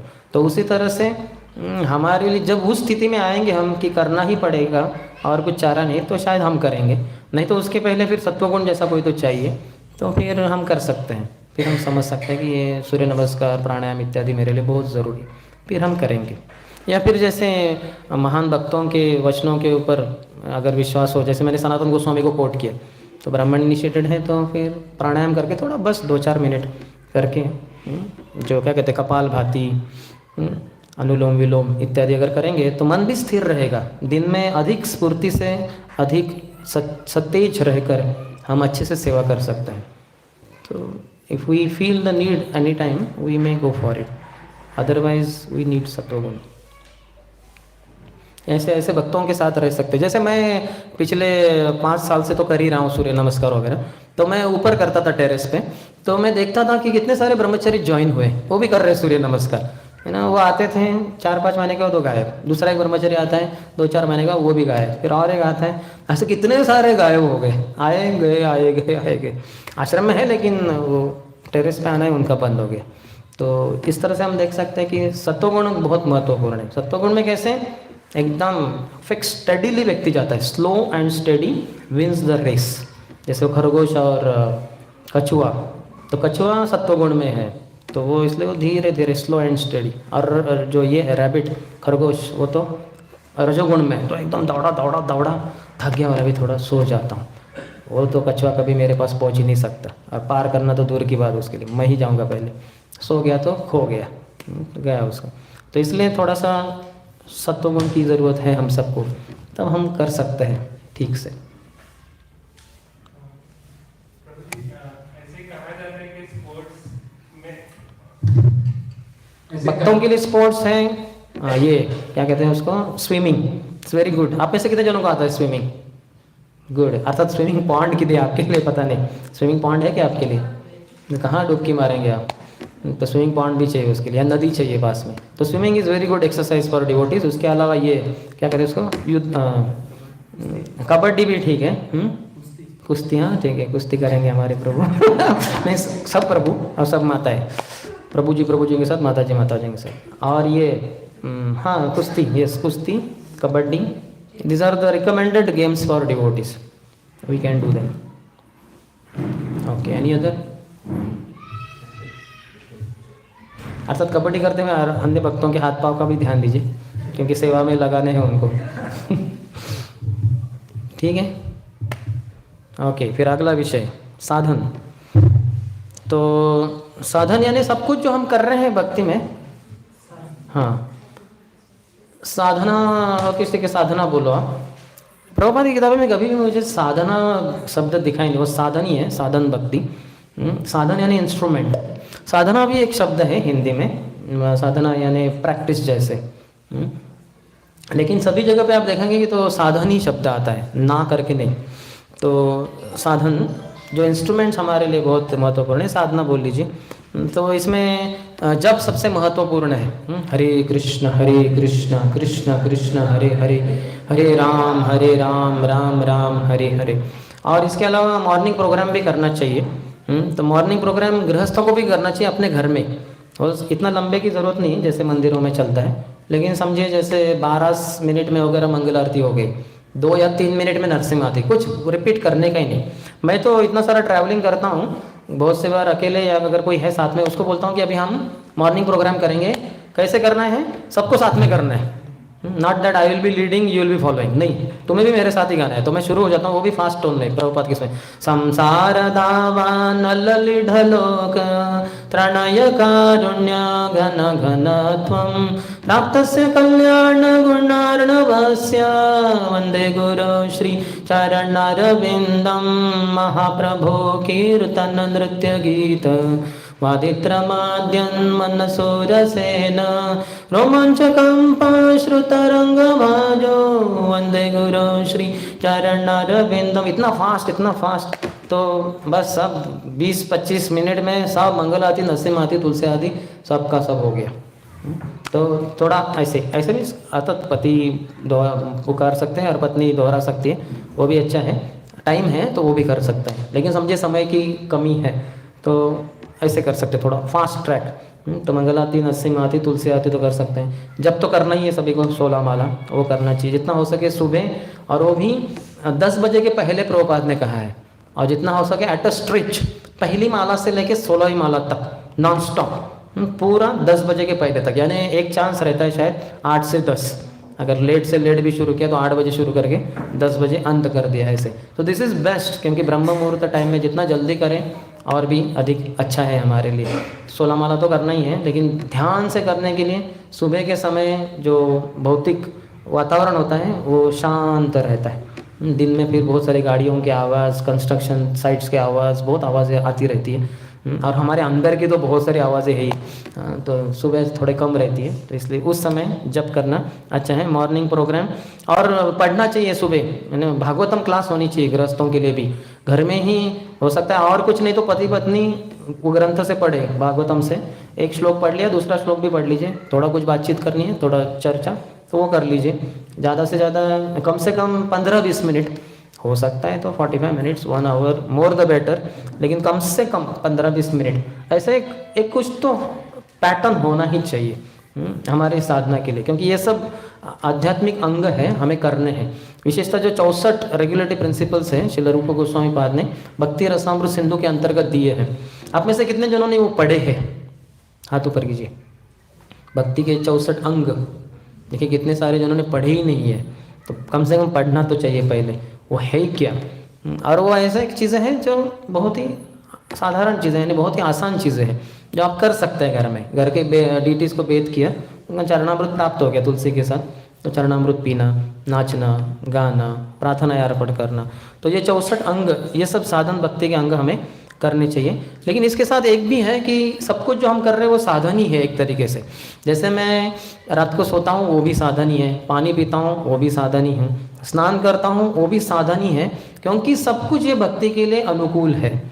और हम साधक हैं, हम साधन भक्ति कर रहे हैं। भक्ति के वैसे तो 4 प्रकार बताए गए, सामान्य भक्ति, फिर साधन भक्ति, भाव भक्ति और प्रेम भक्ति। तो साधन भक्ति में 2 प्रकार हैं, जो है वैधि साधन भक्ति, दूसरा है रागानुग साधन भक्ति। तो हम तो भाव भक्ति वाले हैं नहीं, भाव तो जागृत हुआ ही नहीं, न तो हम प्रेम में भक्त हैं, प्रेम भी जागृत नहीं हुआ है, तो हम है कौन? हम साधक है, यानी साधन भक्ति कर रहे हैं। उसमें 2 प्रकार हैं, वैधि साधन भक्ति, रागानुग साधन भक्ति। तो हम रागानुग साधन भक्ति वाले भी नहीं हैं, ऐसे मानना ही उचित है। अर्थात हो सकता है आप में से कोई साधन रागानुग साधन भक्त हैं, आपके चरणों में अगर अपराध हुआ तो माफ़ कीजिए, लेकिन सामान्यतः हम वैधि साधक है, वैधि साधन भक्ति कर रहे हैं। तो इसलिए जब भी कुछ कर रहे हैं साधन ही है। अगर वो गुरु के वचनों के अनुसार है, तो वो साधन ही है। तो ये सब चीज़ें हमें करनी चाहिए और इसके द्वारा हमारा अंतिम समय में भगवान का स्मरण भगवान हमें दिला सकते हैं। प्रभुपाद काफ़ी बार अपने प्रवचनों में बंगाली एक वाक्य बोलते थे कि साधन कर ले, भजन कर ले, मरते जान ले होय। जो भी आपने साधन किया है, भजन किया है जीवन भर में, मरते समय याद समझ में आएगा कि क्या किया है आपने। जो जीवन भर करते हैं उसको ही मृत्यु के यानी अंतिम क्षण में याद आएगी, क्योंकि वही जीवन भर किया है। तो इसलिए अच्छे से साधन भजन वगैरह करना चाहिए। तो इसमें विशेषता चैंटिंग आएगा, मॉर्निंग प्रोग्राम में भागवत मॉर्निंग प्रोग्राम आएगा, भागवतम रोज उसको अटेंड करना। अगर मंदिर आके मुश्किल है तो घर में ही, आजकल तो ऑनलाइन भी चलता है बहुत कुछ, तो ऑनलाइन भी ठीक है, लेकिन जितना हो सके वो डायनामिक होना चाहिए with the physical presence of devotees, भक्तों के शारीरिक संपर्क में, संबंध में। ऑनलाइन में क्या वो स्क्रीन पे चलता रहता है कुछ, हम साथ ही साथ बहुत कुछ अन्य चीज़ें भी कर रहे होंगे।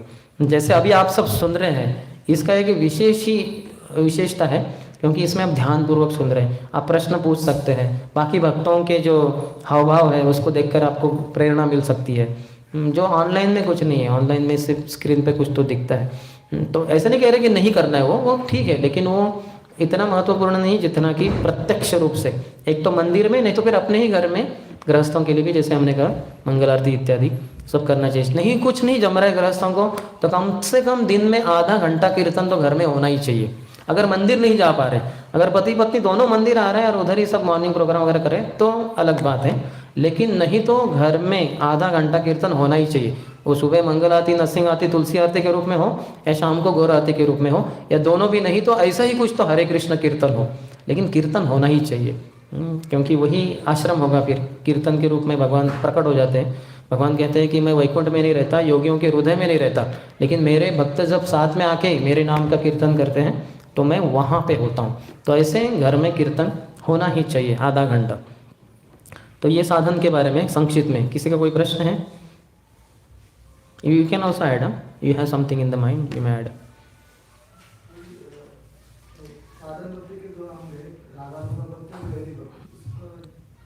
विश्लेषण, वैधि में वो शब्द आता है विधि के कारण। विधि यानी विधि निषेध है। जैसे शायद विष्णु पुराण में कहा है कि स्मर्तव्यम सततम विष्णु विस्मर्तव्यम न जातुचित सर्व विधि निषेधास्युर एतयोर एव किंकरः। हमेशा कृष्ण को याद कीजिए और कभी भी कृष्ण को न भूलिए। और कहते हैं कि सर्व विधि निषेधासुर, सभी विधि और निषेधों का एक जैसे लक्ष्य है कि ये है हमेशा कृष्ण को याद करना और कभी उनको नहीं भूलना। ये सभी विधि निषेध इसी एक कार्य की पूर्ति के लिए बनाए गए हैं। सर्व विधि निषेधासुर एतयोर एव किंकर, ये जो राजा है उसके ये सब प्रजा है। विधि निषेध, हम जो करना है कुछ चीज़ें टालनी है।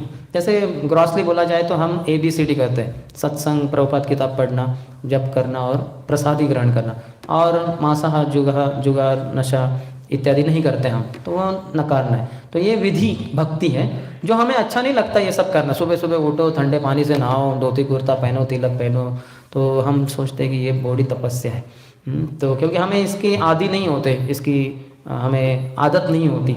तो लेकिन गुरु से प्रेम करते हैं तो वो जो कहते हैं कि भाई ये करो और ये मत करो, तो उनके प्रेम के कारण हम बोलते ठीक है, गुरु महाराज को ये अच्छा लगता है, उनकी प्रसन्नता के लिए मैं कुछ भी करने को तैयार हूँ, या करने के लिए मैं तैयार हूँ, ऐसे तो सब जब सोचते हैं तो वैधि साधन भक्ति होती हो। इसमें ये सब आता है, मॉर्निंग प्रोग्राम करो, जप करो इत्यादि। यही सब कार्य जो हम विधि के रूप में स्वीकार तो किए, मन में अच्छा नहीं लगता इतना, लेकिन गुरु की प्रसन्नता के लिए किए। यही कार्य जब आपको मन ही मन बहुत ही अच्छे लगते हैं और बहुत ही उत्साही बन जाते हैं, आपका एक स्वभाव बन जाता है। जो आदत नहीं थी अभी इतनी आदत हो गई है, इसके बिना जैसे आप जी ही नहीं सकते। तो वो स्तर है रागानुग भक्ति। राग अनुग, राग यानी आसक्ति, भगवान से आसक्त जो रहते हैं हमेशा, गोलोक वृंदावन में भक्त, उनको रागात्मिक भक्त कहते हैं। तो हम तो रागात्मिक भक्त नहीं है, हम नंद महाराज नहीं, यशोदा माई नहीं, मधुमंगल, श्रीदामा, सुबल, ये सब नहीं है, लेकिन इनके चरणों पे, इनके पद चिन्हों पे चलते हैं। तो राग अनुग, जिनको राग है, रागात्मिक भक्त हैं, उनके पद चिन्हों पे जब चलते हैं तो वो रागानुग भक्ति होती है। तो वो स्तर बाद में आ जाता है अपने आप। जैसे उदाहरण के लिए जब हम सुबह अलार्म सुन रहे हैं लेकिन फिर भी सो रहे हैं, पूरा आश्रम उड़ गया, बाकी सब उड़ गए, हम ही नहीं उठ रहे और लोग उठा रहे, अरे प्रभु उठो, अलार्म कितनी बार। तो ये वैधि साधक है।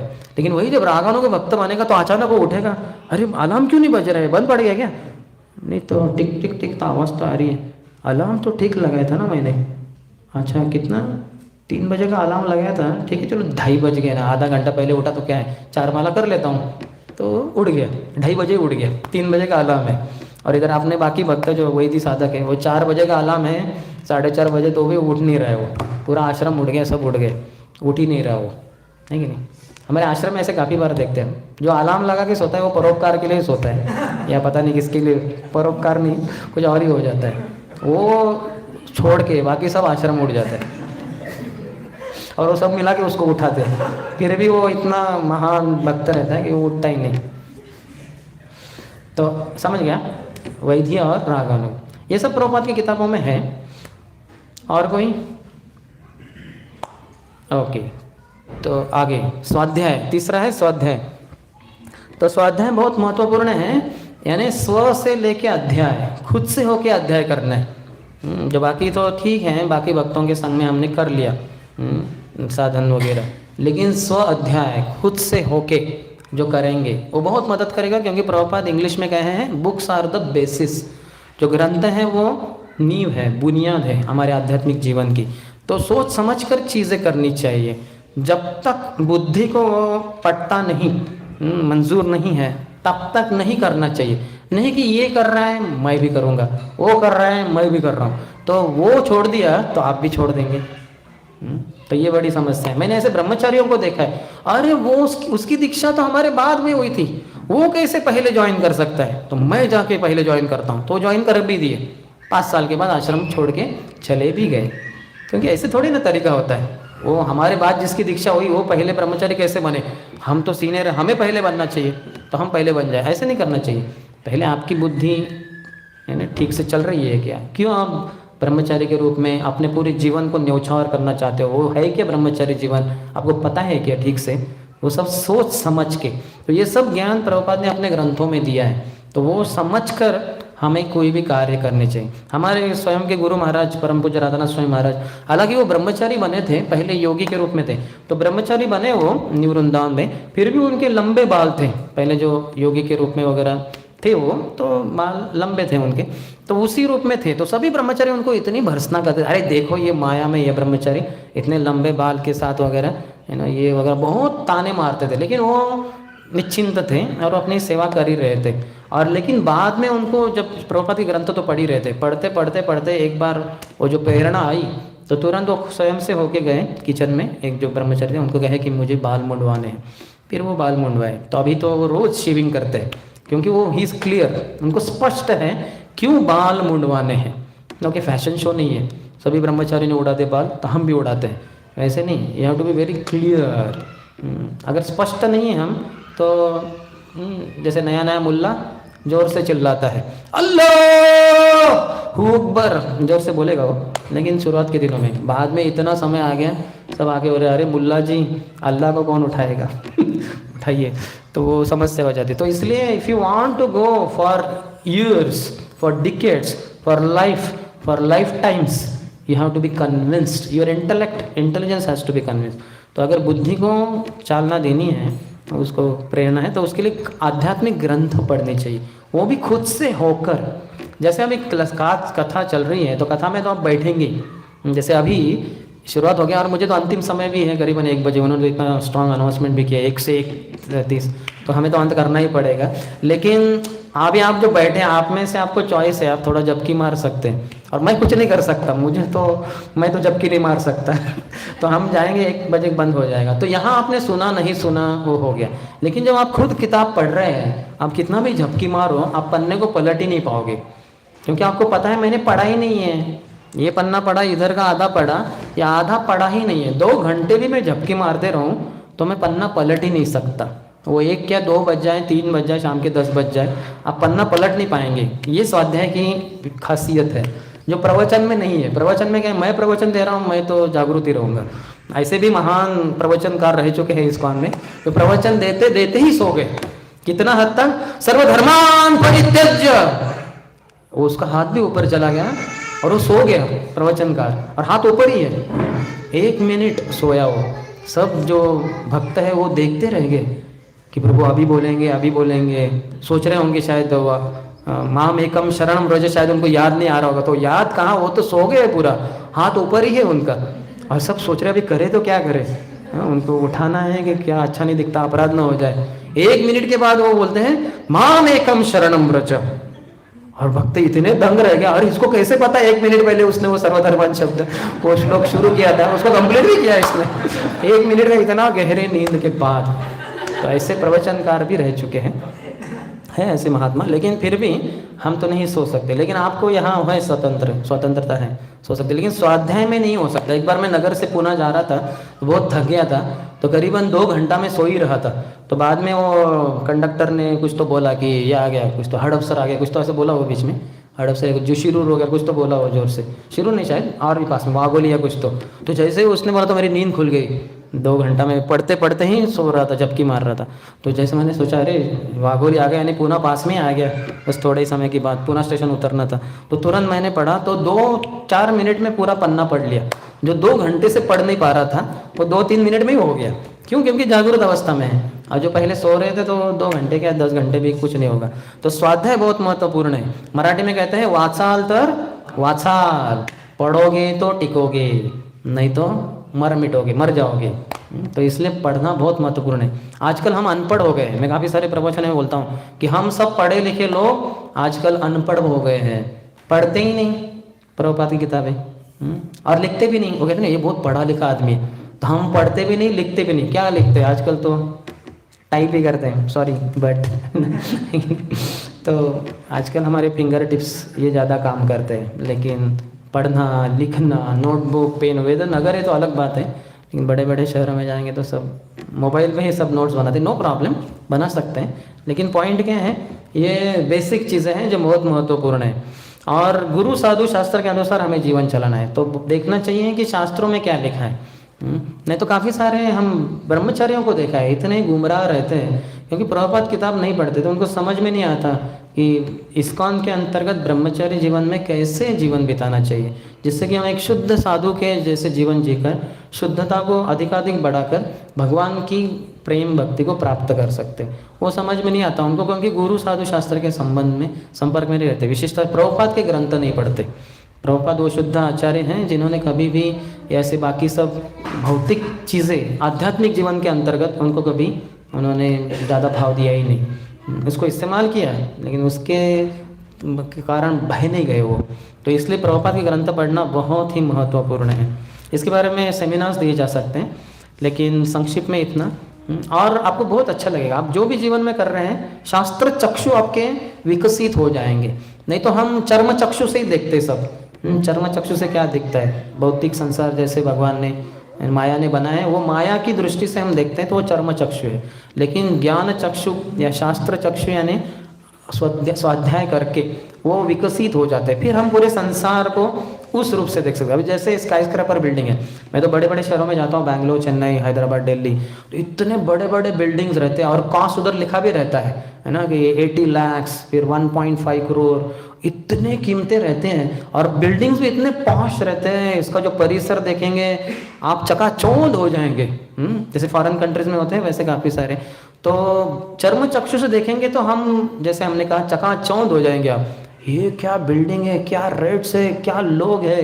लेकिन वही शास्त्र चक्षु से देखेंगे, अरे रे बेचारे सब इतना खून पसीना बहाकर इतना पैसा सब डालना हो और इतनी सारी झमेले उसमें, तो बहुत कुछ समस्या है।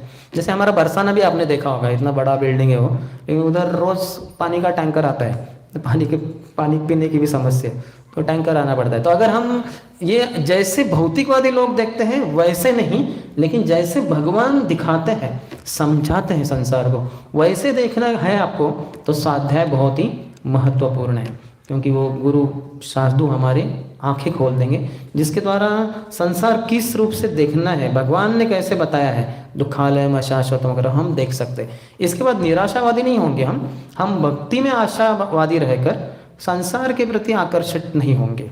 माया की चमक धमक से हम कभी प्रलोभित नहीं होंगे, हम स्टेडीली एकदम स्थिरता से भक्ति करते ही रहेंगे। तो इसके लिए स्वाध्याय बहुत ही महत्वपूर्ण है। और अर्थात इसके बारे में बहुत कुछ बोला जा सकता है। प्रभुपाद ने कहा हमें शास्त्र ऐसे कोट करने चाहिए जैसे कोई लॉयर होता है, वकील होता है, वो कोट करता है, तो उसके द्वारा लोगों को प्रचार में काफ़ी दम महसूस होगा। आप कितने सारे बाहर के लोगों को देखेंगे जो धार्मिक वगैरह है, इनको एक प्रश्न पूछो कुछ भी नहीं आएगा, बोलता रोज़ भगवगीता पढ़ता हूँ। तो उसको प्रश्न पूछो कुछ नहीं। जैसे एक हमारे भाई के मित्र है, तो उनकी 55 उम्र है, तो वो रोज़ 15वां अध्याय पढ़ते हैं, ऊर्ध्व मूलम अधशाखम, वो चलता ही रहता है उनको अपना कार्य करते करते। तो उनका बेटा जो हमारे संबंध में है, इस्कॉन के संपर्क में है, तो वो काफ़ी सारे भगवगीता यथारूप वगैरह पढ़ लिया। तो उसने पिताजी को पूछा पिताजी इसका क्या अर्थ है ऊर्ध्व मूलम अधशाखम? बोले बेटा वो तो पता नहीं, लेकिन वो 15वां अध्याय है, बोलना चाहिए, अच्छा रहता है वगैरह। वो सालों से बोल रहे वो अध्याय पूरा, ऊर्ध्व मूलम अधशाखम वही चल रहा है उनका, पूरा याद है उनको, अर्थ एक का भी पता नहीं है। लेकिन वही हमें पता होना चाहिए क्या अर्थ है। आप में से कितने जनों को पता है इसका क्या अर्थ है? कितने जनों ने ये श्लोक सुना है ऊर्ध्व मूलम अधशाखम?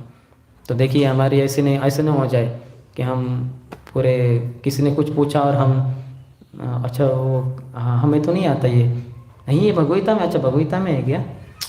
व्यासदेव जानते हैं, कृष्ण जानते हैं, व्यासदेव भी जानते हैं, प्रभुपाद जानते ही जानते हैं, मैं ना जानूँ उससे क्या। तो ऐसे नहीं होना चाहिए, हमें जानना चाहिए। नहीं जानते हैं तो हम एक क्या कहते हैं जैसे ना वेरी जैसे सेंटिमेंटल डिवोटी बन जाएंगे हम, फिर हम इस्कॉन के अंतर्गत ही फंसे जाने की संभावना है। ऐसे कितने सारे इस्कॉन में वक्ता कहते हैं कि इस्कॉन में आके हमने देखा कि लीडर लोगों ने हमें फंसा दिया, इसने ये फ्रॉड कर दिया, इसने ये गलती कर दी। क्यों? क्योंकि आपकी शास्त्र चक्षु विकसित ही नहीं, आप चर्म चक्षु से उसको बहुत चढ़ा दिए। मैंने ऐसे देखा है जनता को, लीडर्स को ऊपर चढ़ाते हुए, जय हो इतना चढ़ा दिया ऊपर, और बाद में उसने जो गलती की जो सामने आ गई तो ऐसा उसको नीचे गिराया, उसको अंडरग्राउंड ही कर दिया, भूमिगत, उसका नामो निशान मिट गया। ये क्यों होता है? क्योंकि भौतिक स्तर के कारण होता है।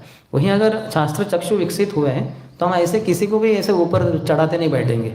हमें पता होगा कि कौन असलियत में भक्ति कर रहा है, ऊपर के जो उसके स्किल्स है, टैलेंट्स है, कुछ उसके वो है, उसकी तरफ से हम कभी आकर्षित नहीं होंगे। तो वो सब दृष्टि होनी चाहिए हमें, किस तरीके से हम, कुछ इतने सारे गृहस्थ है ब्रह्मचारियों का ऐसा गुणगान करते हैं, आप तो शुद्ध भक्त हैं, ये हो, ऐसे नहीं है वो। जैसे एक बार मैं इनिशिएशन के लिए इंटरव्यू ले रहा था किसी अन्य गुरु के शिष्यों के लिए, तो मैं बैठा था और मेरे पास एक गृहस्थ, शायद रासविग्रह प्रभु या कोई तो बैठे थे, हम रूम में थे, एक एक करके कैंडिडेट आते थे, हम उनको प्रश्न पूछते थे वगैरह। तो एक प्रभु जाए बहुत बूढ़े, तो आए, तुरंत उन्होंने अष्टांग प्रणाम कर दिया। तो मैंने बोला कि प्रभु आपने किसने अष्टांग प्रणाम किया? तो किसके लिए? बोले आपके लिए प्रभु, आप तो साधु है ना। बोले फिर मैंने वहीं से इनिशिएशन का उनका इंटरव्यू वहीं से शुरू किया। तो ये अष्टांग प्रणाम क्या होता है? तो उनको पता नहीं। ये किसके लिए होता है? ये तो ब्रह्मचारियों के लिए होता है। बोला नहीं, ब्रह्मचारियों के लिए नहीं होता है ये अष्टांग प्रणाम, ब्रह्मचारियों के लिए पंचांग प्रणाम होता है। तो अष्टांग प्रणाम किसके लिए होता है? तो उनको उत्तर ही नहीं देने को आ रहा है। ठीक है, बुजुर्ग थे, बूढ़े थे, 16 माला जब कर रहे थे कुछ सालों से, इसलिए दीक्षा के लिए आया है उनका इंटरव्यू के लिए, लेकिन कुछ भी पता नहीं है। फिर वहीं अगर कुछ साधु ने किसी माया के प्रलोभन से थोड़ा इधर कुछ हो गया, फिर लोग बोलेंगे ऐसे कैसे मक्कार साधु, कैसे धोखेबाज साधु। अरे धोखेबाज नहीं, वो तो आपको दिखना चाहिए था पहले ही, माया के चाल के द्वारा वो कैसे नाच रहा था ये आपको पहले ही देखना चाहिए था। आप देख नहीं पा रहे थे, आप खाली उसके चमक धमक के ऊपर ही चकाचौंध हो गया। तो सही दृष्टि नहीं विकसित होती हमारी, क्योंकि हम स्वाध्याय शास्त्र नहीं पढ़ते। चक्षुर उन्मीलितम जेन, गुरु हमारे आंखें खोलते थे। और कौन सी आंखें खोलते? ये वाली नहीं। ऐसे नहीं कि आप सो रहे हो क्लास में तो गुरु महाराज उठ के आते हैं और आपकी आंखें खोलते हैं। हाँ, चक्षुर उन्मीलितम येन तस्मै श्री गुरुवे नमः, वैसे नहीं। वह शास्त्र चक्षु खोलते हैं हमारे, जो करोड़ों जन्मों से बंदी बंदे, खोले ही नहीं कभी हमने। यार जो स्वर्ग आध्यात्मिक दुनिया से आए तब से बंदी है, तो गुरु महाराज खोलते हैं। तो स्वाध्याय करना बहुत ही महत्वपूर्ण है, अन्यथा मुश्किल हो जाएगा। किसी का कोई प्रश्न है इसके बारे में? Yes Madhavi, could you give her that?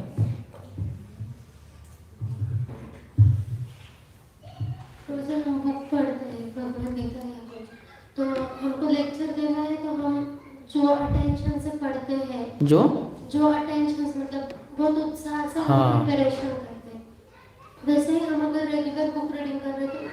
सारे इसलिए साथ में करना चाहिए भक्तों के संग में, और अंत में रिवीजन करना चाहिए।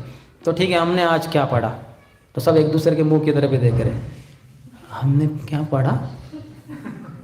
ये प्रश्न बहुत खतरनाक प्रश्न है।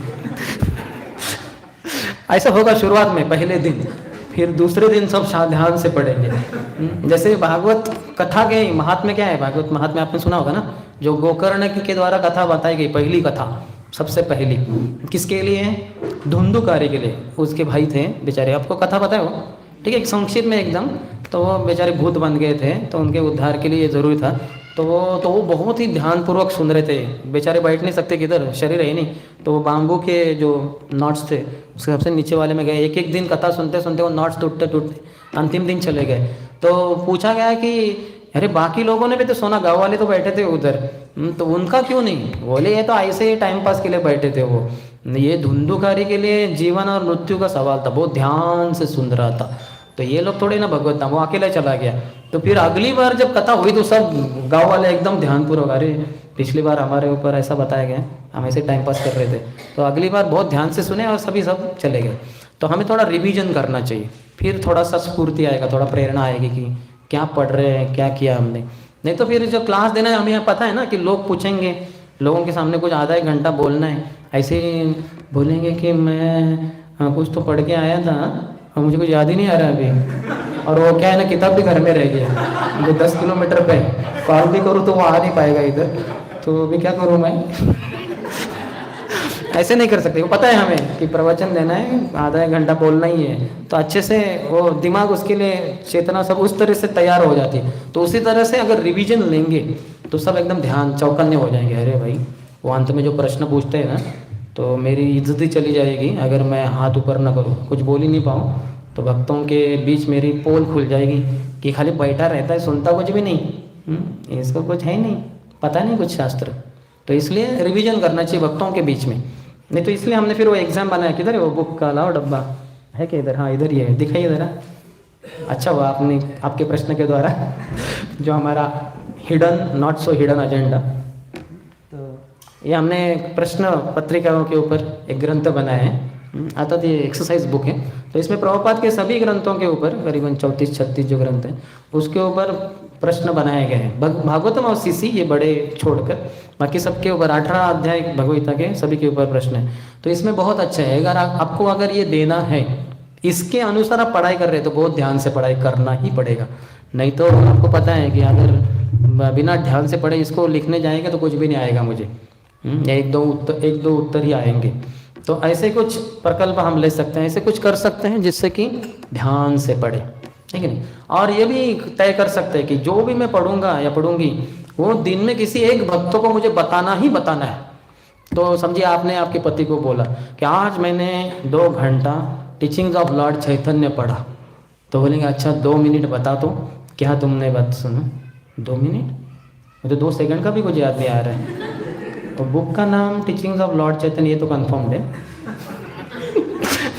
और वो प्रभुपाद का ही बुक था। ये 2 चीज़ें 2 सेकंड में हो गई, तो 2 मिनट नहीं, वो पता नहीं। तो अगले दिन आप बहुत ध्यान से पढ़ेंगे कि नहीं माय गॉड, कल तो पूरा ब्लैंक हो गया, आज तो बताने को आना ही चाहिए। तो अगले दिन हो सकता है 5 मिनट बोल पाए, और उसके अगले दिन 10 मिनट, 15 मिनट, 20, ऐसे करके कैपेसिटी बढ़ेगा। यही तरीका है। जैसे वेट लिफ्टर होता है, कभी भी जाके वो 100-150 किलो नहीं उठाता, पहले 5 किलो फिर 10, ऐसे धीरे धीरे धीरे धीरे उसके मसल्स डेवलप होते हैं। उसी तरह से हमें ये करना है, we have to put it in practice. इसका प्रैक्टिस करना होगा तभी आएगा वो। Yes, any other? ओके, तो एक सदाचार, तो सदाचार के बारे में बहुत कुछ बोल सकते हैं। जो हम इतना कुछ पढ़े लिखे हैं भाई, इतना कुछ पढ़ा है, इतना कुछ सुना है, तो हमारे आचरण में आना चाहिए वो। जब तक आचरण में नहीं आ रहा तब तक ऐसे माना जाएगा कि वो सुना ही नहीं। जैसे मैं अगर आप में से किसी को बोलूँ, जैसे बोलो समझो कि किनको, विदुर प्रभु मेरे लिए थोड़ा पानी लाएंगे, तो वो सोचे प्रभु जी को पानी चाहिए क्या, बॉटल तो पास में मेरे सामने तो पिए थे, पानी ख़त्म हुआ, जोक कर रहे, क्या नाटक चल रहा है। वो अगर समझे नहीं, एक तो सुना, पहले हो सकता है सुना ही नहीं, वो सब समझे, माफ़ कीजिए, लेकिन समझे किसी को पूछा और वो सो गया है ना, पानी लाएंगे, तो वो एकदम क्या हो क्या, सब सब सब उसकी तरफ देख रहे, अरे वो प्रभु जी ने मेरे लिए कुछ प्रश्न पूछा क्या? तो क्या पूछा क्या? जो प्रभु जी पूछ रहे थे कि पानी लाएंगे क्या आप? अच्छा मेरी तरफ समझ रहे हैं आप? वो तो सुना ही नहीं तो वो कंफ्यूज हो गया, और जिसने सुना भी वो भी कंफ्यूज है, उसने उसको कंफ्यूज क्लियर नहीं है कि मुझसे आशा की जा रही है कि ये ऐसे ही कुछ बोल रहे हैं। तो जब आप ध्यान से सुनेंगे और आपको मान्य हो गया कि ज़रूर इनको प्यास लगी है, पानी चाहिए, तो आप ज़रूर उठ के जाएंगे और पानी को ला के मेरे सामने रखेंगे, है कि नहीं? तो इसको कहते हैं सदाचार। आपने जो सुना, जो पढ़ा, आपके आचरण में आया, यानी आपने सुना तो आचरण में आना चाहिए। जो थोड़ा सटल लेवल पे था, वाणी लेवल पे, वो आचरण में, वो शारीरिक स्तर पे आना चाहिए, तो उसको सदाचार कहते हैं शास्त्रों में जो है। और उसको फिर अर्थात व्यक्ति भागवत भी कहा जाएगा बाद में। जब हम बहुत अच्छे से उसको पालन करेंगे तो हम व्यक्ति भागवत बनेंगे। तो ये बहुत महत्वपूर्ण है। जो सनातन गोस्वामी और हरिदास ठाकुर की जो लीला आती है चैतन्य चरितामृत के अंतर्गत, तो उसके अंतर्गत हरिदास ठाकुर को सनातन गोस्वामी कहते हैं कि कुछ लोग प्रचार करते हैं लेकिन उसको अपने जीवन में आचरण नहीं करते। कुछ लोग आचरण बहुत अच्छा करते हैं लेकिन उसके बारे में प्रचार ही नहीं करते किसी कारण से। लेकिन आप हरिदास ठाकुर माँ नाम की महिमा का न तो आचरण करते हैं, रोज 3 लाख हरि नाम करीबन 22 घंटे से भी अधिक आप जप करते हो, और दूसरों को उसके बारे में प्रचार भी करते हो। तो आचर और प्रचार ये आपके जीवन में दोनों है। तो दोनों से हमें दोनों की ज़रूरत है। लेकिन भक्तों के बीच में क्या महत्वपूर्ण है? सदाचार। Devotees will see your behaviour, they will not see your words. कितने आपको श्लोक आते हैं? समझे मुझे 10,000 श्लोक आते हैं पूरे भगवद्गीता भागवतम से, तो आप उससे प्रभावित नहीं होंगे। नए भक्त होंगे प्रभावित, जो बहुत सालों से भक्ति कर रहे हैं वो प्रभावित नहीं होंगे कि इनको 10,000 श्लोक आते हैं। वो देखेंगे आचरण कैसे है, आचरण नम्रता का है क्या, सहनशील है क्या, जप में उनकी रुचि है क्या, प्रभुपाद की किताब पढ़ते हैं क्या, प्रभुपाद के आचार्यों के प्रति इनका कितना आदर है, कितना झुकते हैं भगवान भक्तों के आचार्यों के सामने। ये आचरण बहुत ही महत्वपूर्ण है। इसलिए जो सेंट फ्रांसिस आसिसी के क्रिश्चियन धर्म में एक बड़े प्रचारक हो चुके हैं, तो सेंट फ्रांसिस कहते हैं कि you should preach 24 hours a day all through out your life and need if need be open your mouth also. आपको 24 घंटा दिन में प्रचार करना चाहिए, आजीवन प्रचार करना चाहिए। अगर ज़रूरत है तो थोड़ा मुंह भी खोलना चाहिए, है ना? ऐसे कैसे प्रचार करेगा 24 घंटा व्यक्ति और आजीवन? कभी कभी मुंह खोल के, यानी ज़्यादा मुंह खोलेगा ही नहीं वो, तो कैसे क्या प्रचार करेगा? कैसे प्रचार करेगा? आचरण से ही, सदाचार से। यूर जैसे ना action speak louder than words. अगर मैं आपको सबको बोलूँ आई लव यू, क्या कहा? I love you. आप बोलेंगे अरे प्रभु जी ये तो खतरनाक प्रेम है आपका, ये प्रेम न मत दीजिए हमें। अरे बाप रे, ऐसा प्रेम तो किसी से भी नहीं चाहते हम, है कि नहीं? हाँ, कोई भी ऐसे बोले किसी को, माँ जोर से बच्चे के ऊपर चिल्ला दे रहे आई लव यू, बोले बाप रे ये प्रेम कुछ तो गड़बड़ लग रही है, ये कैसा प्रेम है कि नहीं? आई लव यू कैसे बोलना चाहिए? बहुत ही हृदय से वगैरह है ना, प्रेम से। वो व्यक्ति को, कानों को, शरीर को अच्छा लगना चाहिए। ये जो आई लव यू जो मैंने कहा, इससे तो आप डरे गए होंगे ना, ये क्या है? तो action speak louder than words. कभी माँ हो सकती है, जैसे हमारे वैदिक समाज की माँ है, तो मुझे तो मेरी माँ ने तो कभी भी मुझे बोला नहीं कि आई लव यू करके, लेकिन उसका जो सेवा भाव था मेरे प्रति, उसको देख के तो मुझे ज़रूरत ही नहीं वो उसके बोलने की कि आई लव यू। पूरा दिख रहा है वो प्रेम, उसकी सेवा से, उसके अच्छे आचरण से पूरा ध्यान दे रही है मेरे लिए हमेशा वो उपलब्ध है। जो चाहूँ, जैसे बोल रहा हूँ, सब कुछ सुनने को तैयार है, सब मुझे सहन करने को तैयार है वो। तो ये प्रेम करने वाली माँ है। तो उसी तरह से हमारे एक्शंस आर मोर इम्पॉर्टेंट। इसका मतलब ये नहीं कि बोलना नहीं चाहिए। बोलना किसके समय, किसके साथ? जो बाहर लोग जाते हैं तो उनको हमें प्रचार करना होगा, क्योंकि वो नहीं देखते कि आप सुबह 4 बजे 4:30 बजे मंगल आरती अटेंड किए कि नहीं। वो देखना चाहेंगे सुपरफिशियल, थोड़ा बाह्य रूप से, कि आपको भगवद्गीता का आप खुद पालन कर रहे हैं कि नहीं। तो वहाँ थोड़े हमने श्लोक कोट कर दिए तो उनको अच्छा प्रभाव लगता है कि अरे ये ज़बरदस्त है, इसको बहुत सारे श्लोक पता है और अर्थ के साथ पता है इत्यादि वगैरह। तो लेकिन वो भक्तों के सामने वो नहीं चलेगा। आप कितने श्लोक जानते हैं, उसके अर्थ के साथ कितना उसका लंबा लेक्चर दे सकते हैं, ये इतना प्रभावशाली नहीं है जितना कि आपका आचरण, सदाचार। जो हरिदास ठाकुर ना, कितना हम देख सकते हैं उनके आचरण से। इतना पिटाई की गई उनकी 22 बाज़ारों में, उन्होंने तो एडवांस में बोला था और उसको साबित करके दिखाया। क्या कहते वो? खंड खंड हो देह जदि जाए प्राण, तबु आमी वदने न छाड़ी हरि नाम। आप मेरे शरीर के टुकड़े टुकड़े कर दो, खंड खंड हो देह, मेरे शरीर के टुकड़े टुकड़े भी क्यों न किए जाए, जदि जाए प्राण, टुकड़े टुकड़े एक बात है, उसके सबसे पराकाष्ठा है जान ही चली जाए शरीर से, तब आमी वदने न छाड़ी हरि नाम, फिर भी मेरे मुंह से हरि नाम कभी रोकेगा नहीं।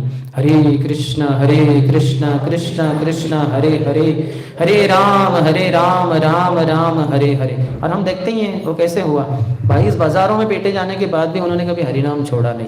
तो अपने आचार से उन्होंने दिखाया, प्रचार भी किया थोड़ा बहुत, लेकिन आचार से जो प्रचार हुआ वो देख के न तो वो मुष्टंडे प्रभावित हुए, न काजी प्रभावित हुआ, राजा भी प्रभावित हुआ। और उनको प्रचार के लिए इतनी स्वतंत्रता दी, बोले आप जहाँ चाहें जो भी हरे कृष्ण महामंत्र का प्रचार प्रसार करो, किसी भी को करो, हिंदू को करो, मुसलमान को करो, सब कुछ आपके लिए माफ़ है, सब स्वतंत्रता है आपको। तो आचार से बहुत प्रचार होता है, तो इसलिए आचरण होना चाहिए। More things are caught than taught, बहुत सारी चीज़ें पकड़ी जाती है, नतें सिखाई जाती है। तो सीखते के कैसे हम पकड़ते हैं? आचरण से पकड़ते हैं, है कि नहीं? कोई पिताजी, इसलिए हम बोलते हैं ना कि जो पिताजी वगैरह है, अगर बच्चे को बोले कि बेटे कभी सिगरेट नहीं फूकनी, लेकिन उसके मुंह से थोड़ा धुआं आ रहा है और बास आ रही है, तो बच्चे को पता चलता है, कितना छुपाएगा, वो घर में तो रहते पिताजी, उनको समझ में आता है कि ये फूंकते हैं सिगरेट वगैरह। तो इसलिए आचरण बहुत महत्वपूर्ण है, तो आचरण में आना चाहिए। फिर अंतिम जो है वो सेवा है। तो सेवा तो हमें करनी है, शारीरिक सेवा, अलग अलग प्रकार की सेवाएं हो, किसी भी प्रकार की सेवा क्यों ना हो, मंदिर में मार्जन हो, पुस्तक वितरण हो, कुकिंग हो, झाड़ू पोछा लगाना हो, किसी भी प्रकार की सेवा करने के लिए हमें उपलब्ध रहना चाहिए और उत्साही रहना चाहिए। भक्ति विनोद ठाकुर के अनुसार हमारे 24 घंटे को 3 भागों में विभाजित करना है, 8 घंटे 8 घंटे 8 घंटे। 8 घंटे शरीर के लिए जो हमने चर्चा की, 6 घंटा तो सोना, और 2 घंटे में फिर खाना, कपड़े धोना इत्यादि चीज़ें तो आएंगी, स्नान करना, तो इसमें 8 घंटे चले जाएंगे। 8 घंटे आध्यात्मिक जीवन के लिए, तो अगर इस्कॉन मंदिर में है तो 4.5 घंटे का मॉर्निंग प्रोग्राम रहता है, अगर ब्रह्मचारी है तो 1.5 घंटे का उसके लिए ब्रह्मचारी क्लास, 6 घंटे हो गए, और 2 घंटे का पढ़ाई, श्रवणम कीर्तनम इत्यादि, तो वो 8 घंटे। और 8 घंटे समाज के लिए, एक तो इस्कॉन समाज के भक्तों के लिए और बाहर के समाज के जो सामान्य समाज है उनके सभी लोगों के सेवा के लिए, यानी उनके प्रचार के लिए वगैरह। तो इस तरह से हमें विभाजन करना है। तो 8 घंटे सेवा हमें आइडियली देनी चाहिए। हमारा यही जीवन है जो सुबह हम चर्चा कर रहे थे, सेवा अधिकार, यानी जीवेर स्वरूप है कृष्ण नित्य दास, हम भगवान कृष्ण के नित्य दास है। तो सेवा ही हमारा पहचान है। सेवक, अगर कोई कहता है कि मैं जॉब कर रहा हूँ कंपनी में, बोले कंपनी में कितने बजे जाते हो आप? बोले 9 बजे जाता हूँ। फिर शाम को कितने बजे आते हैं? 5 बजे। फिर करते क्या उधर? नहीं, कुछ नहीं करता, उधर कुछ होता नहीं, मैं गद्दी है उधर सो जाता हूँ, उठता हूँ तो कैंटीन में खाता हूँ, फिर थोड़ी देर के बाद सो जाता हूँ।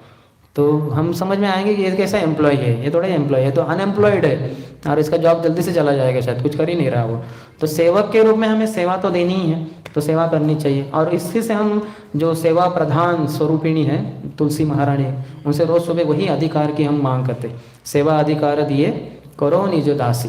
तो हमें सेवाएं प्रदान करनी चाहिए। विशेषतः प्रचार की सेवा में प्रत्यक्ष या अप्रत्यक्ष रूप से हमें लग जाना चाहिए।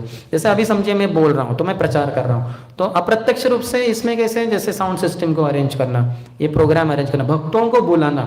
आप सबको मैंने नहीं बुलाया है, आप सबको गिरिवरधारी प्रभु या अन्य भक्तों ने बुलाया है। तो प्रचार में प्रत्यक्ष रूप से या अप्रत्यक्ष रूप में सेवा प्रदान करना, ये सबसे महत्वपूर्ण सेवा है। भगवान भगवद गीता में 18वें अध्याय में अंत में कहते हैं कि उस भक्त से अधिक और मुझे कोई भी प्रिय नहीं जो इस ज्ञान का दूसरों को प्रचार करे। तो इसलिए प्रत्यक्ष रूप से या अप्रत्यक्ष रूप से हमें सेवाएं प्रदान करें। जो पुस्तक वितरण करने के लिए गए भक्त, उन्होंने प्रत्यक्ष रूप से प्रचार किया। जो पुस्तक वितरण का जो विभाग है, उसमें किताबों को लाना, बीबीटी से अच्छे से रखना और भक्तों को प्रदान करना, उसका सेटलमेंट सब करना, स्कोर इत्यादि अनाउंस करना, बीबीटी को स्कोर भेजना, ये सब भक्त अप्रत्यक्ष रूप से वो लगे हुए हैं प्रचार के ही कार्य में। तो किसी न किसी रूप से हमें प्रचार कार्य में, प्रचार सेवा में विशेषकर लग जाना चाहिए। बाकी सेवाएं भी करनी चाहिए। तो ऐसा अगर करेंगे हम, स्वास्थ्य, साधना, फिर स्वाध्याय, सदाचार और सेवा, ये 5 S इंग्लिश वाले, इनका अगर ध्यान दें हम, तो हम बहुत ही प्रगति कर सकते हैं। जैसे वो हिंदी में कहते हैं दिन दुगनी रात चौगुनी प्रगति कर सकते हैं। तो कोई प्रश्न है? विशेषतः अंतिम 2 हमने प्रश्न नहीं लिए थे। यस। उसमें से आचार से प्रचार होता है, ऐसा बोला आपने। यदि हमें मालूम है हमारा जैसा प्रचार करने के लिए आचरण चाहिए वैसा नहीं है, फिर भी हम प्रचार करते हैं, तो वैसा प्रचार करने से क्या फायदा होगा? गुरु महाराज की इच्छा है तो कर सकते हैं, कुछ समस्या नहीं है। उनको हमने प्रामाणिकता से नम्रता से बोला है, गुरु महाराज मुझ में तो आप तो जानते ही मुझे अंदर बाहर से, आपको तो मैं फंसा नहीं सकता, आप तो जानते हैं मुझे अंदर बाहर से, तो आप क्यों मुझे ऐसे प्रचार में लगा रहे हैं? मैं तो अपवित्र हूँ, मैं गंदा हूँ अंदर से, हृदय से। तो बोलते नहीं, तुम करो, तुम प्रामाणिकता से करो, तो कुछ समस्या नहीं, तो कर सकते, नो प्रॉब्लम। लेकिन गर्व से नहीं करना चाहिए, ऐसा वो क्या कहते हैं, दिखावा नहीं करना चाहिए, मैं ऐसे, समझ रहे आप? तो वो नहीं, फिर वो नहीं चलेगा, वो भगवान पोल खोल देंगे, आज नहीं तो कल की बात है बस। भगवान को कौन फंसा सकता है? हम 1 को फंसाएंगे, 2 को, 10 को, 1000 को फंसाएंगे, भगवान को फंसाने वाला कोई आया नहीं, कोई आ भी नहीं सकता। तो भगवान उसको खोल देंगे, उसकी पोल खोल देंगे।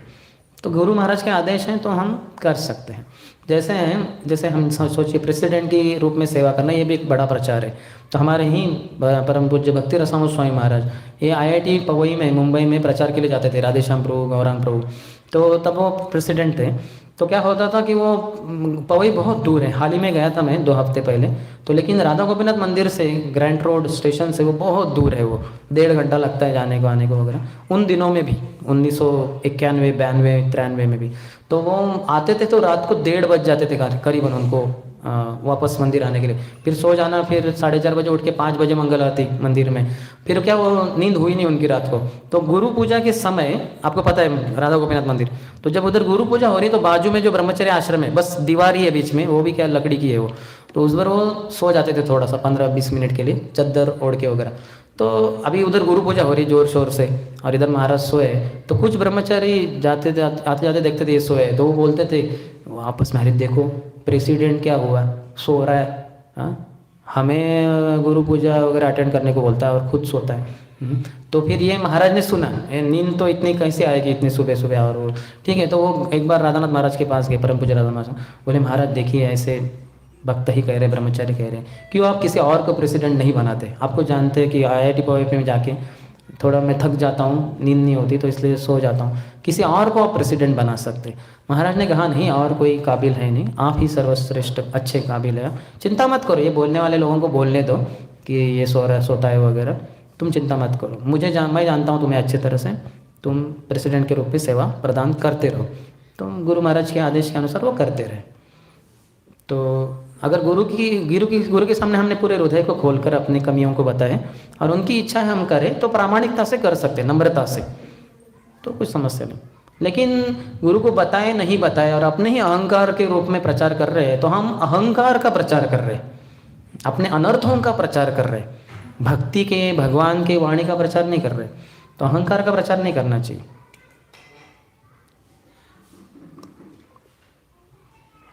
और कोई?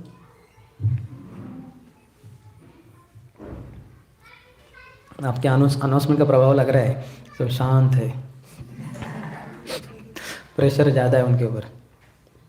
और मैं भी नहीं बोल सकता कि नहीं चिंता मत कीजिए, 1:15 से लेके 1:45 तक प्रसाद रहेगा। यस, ये आपके अनाउंसमेंट के बाहर वाले है, इनका प्रसाद आपके अनाउंसमेंट के ऊपर नहीं है, उनका अपना योजना है, अरेंजमेंट है। बहुत सारी बार क्या होता है, मतलब हमारा जो रीडिंग रहता है प्रॉपर बुक्स, वो जब क्लास देना रहता है, तो वही माता जी ने पूछा, वही मतलब गंभीरता से होता है, और बाकी समय होता है उतना ज़्यादा नहीं हो पाता उतना क्वांटिटी में, लेकिन उस समय 1-2-3 दिन फास्ट अपग्रेडिंग वगैरह करके। इसलिए आप ऐसे कुछ भक्तों को प्रचार करो, हजारों नहीं तो कम से कम 2-4 जन जो आपके ही हैं, आपके अंतर्गत हैं, सेवा भक्ति कर रहे हैं, आप उनको हर बार हफ्ते में 1 बार तो कम से कम बुलाया करो और उनको प्रवचन देते रहो। 2-4 जन ही है, लेकिन आप अच्छे से प्रिपेयर करके आपका काफ़ी सॉलिड हो, उसका प्रिपरेशन हो जाएगा, आपको पता है उनके सामने बोलना है। और वही भक्त है तो क्या होगा, आप वो फिर से बेसिक में नहीं जा सकते, कि हमने डिवाइस सेशन लिया था 2 हफ्ते पहले, अभी फिर से लेंगे, वो बोलेंगे क्या प्रभु जो तो सुन लिया हमने, आगे चढ़िए थोड़ा सा, तो आपका प्रगति भी होगा। उन्हीं भक्तों को प्रचार करने से आप ऊंचे ऊंचे दर्जे के या ज्ञान के बारे में ये कर सकते हैं। जैसे मैं परम पूज्य राधानाथ स्वामी महाराज के प्रवचन सुनता आ रहा हूँ 89 से लेके अभी 97 तक सुन रहा हूँ, तो देखता हूँ मैं कैसे उसमें ग्रेजुअल प्रोग्रेशन है, क्योंकि ऑडियंस वही है, वही ब्रह्मचारीज है, वही गृहस्थ लोग हैं, वही कृष्णचंद्र प्रभु है, वही नाच्य प्रभु है, वही श्री राधा गोपीनाथ प्रभु है, गौरांग प्रभु, वही लोग बैठे हैं। तो महाराज का जो वो है, वो शुरुआत से लेकर ट्रेनिंग देते देते देते वो ऊंचे स्तर पे जाते हैं, जैसे साल बीतते जा रहे हैं, that can be clearly felt. तो ये लाभ है अगर हम फिक्स लोगों को प्रचार करते रहे। उसके अलावा नए नए लोगों को हमेशा सीड सोइंग प्रोग्राम कर ही सकते हैं, लेकिन कोई तो लोग होने चाहिए जो हमारे साथ सालों साल है और उनके लिए आप अच्छे से प्रिपेयर करते हैं, बता भी रहे हैं उनको, तो आपका भी प्रगति होगा, उनको भी लाभ होगा। ऐसा जैसे अभी हमारे काउंसलिंग ग्रुप में श्री प्रेम भक्ति चंद्रिका को हम डिस्कस करते, तो बहुत सारे लोगों ने सुना भी नहीं होगा। कितने जनों ने सुना है श्री प्रेम भक्ति चंद्रिका ग्रंथ? नाम सुना है, बहुत सारे जनों ने सुना ही नहीं। ये नरोत्तम दास ठाकुर महाशय का बहुत महान ग्रंथ है, भक्ति सिद्धांत सारे ठाकुर और गौर किशोर बाबा जी महाराज ने कहा है कि इसको हर भक्तों को पढ़ना ही चाहिए।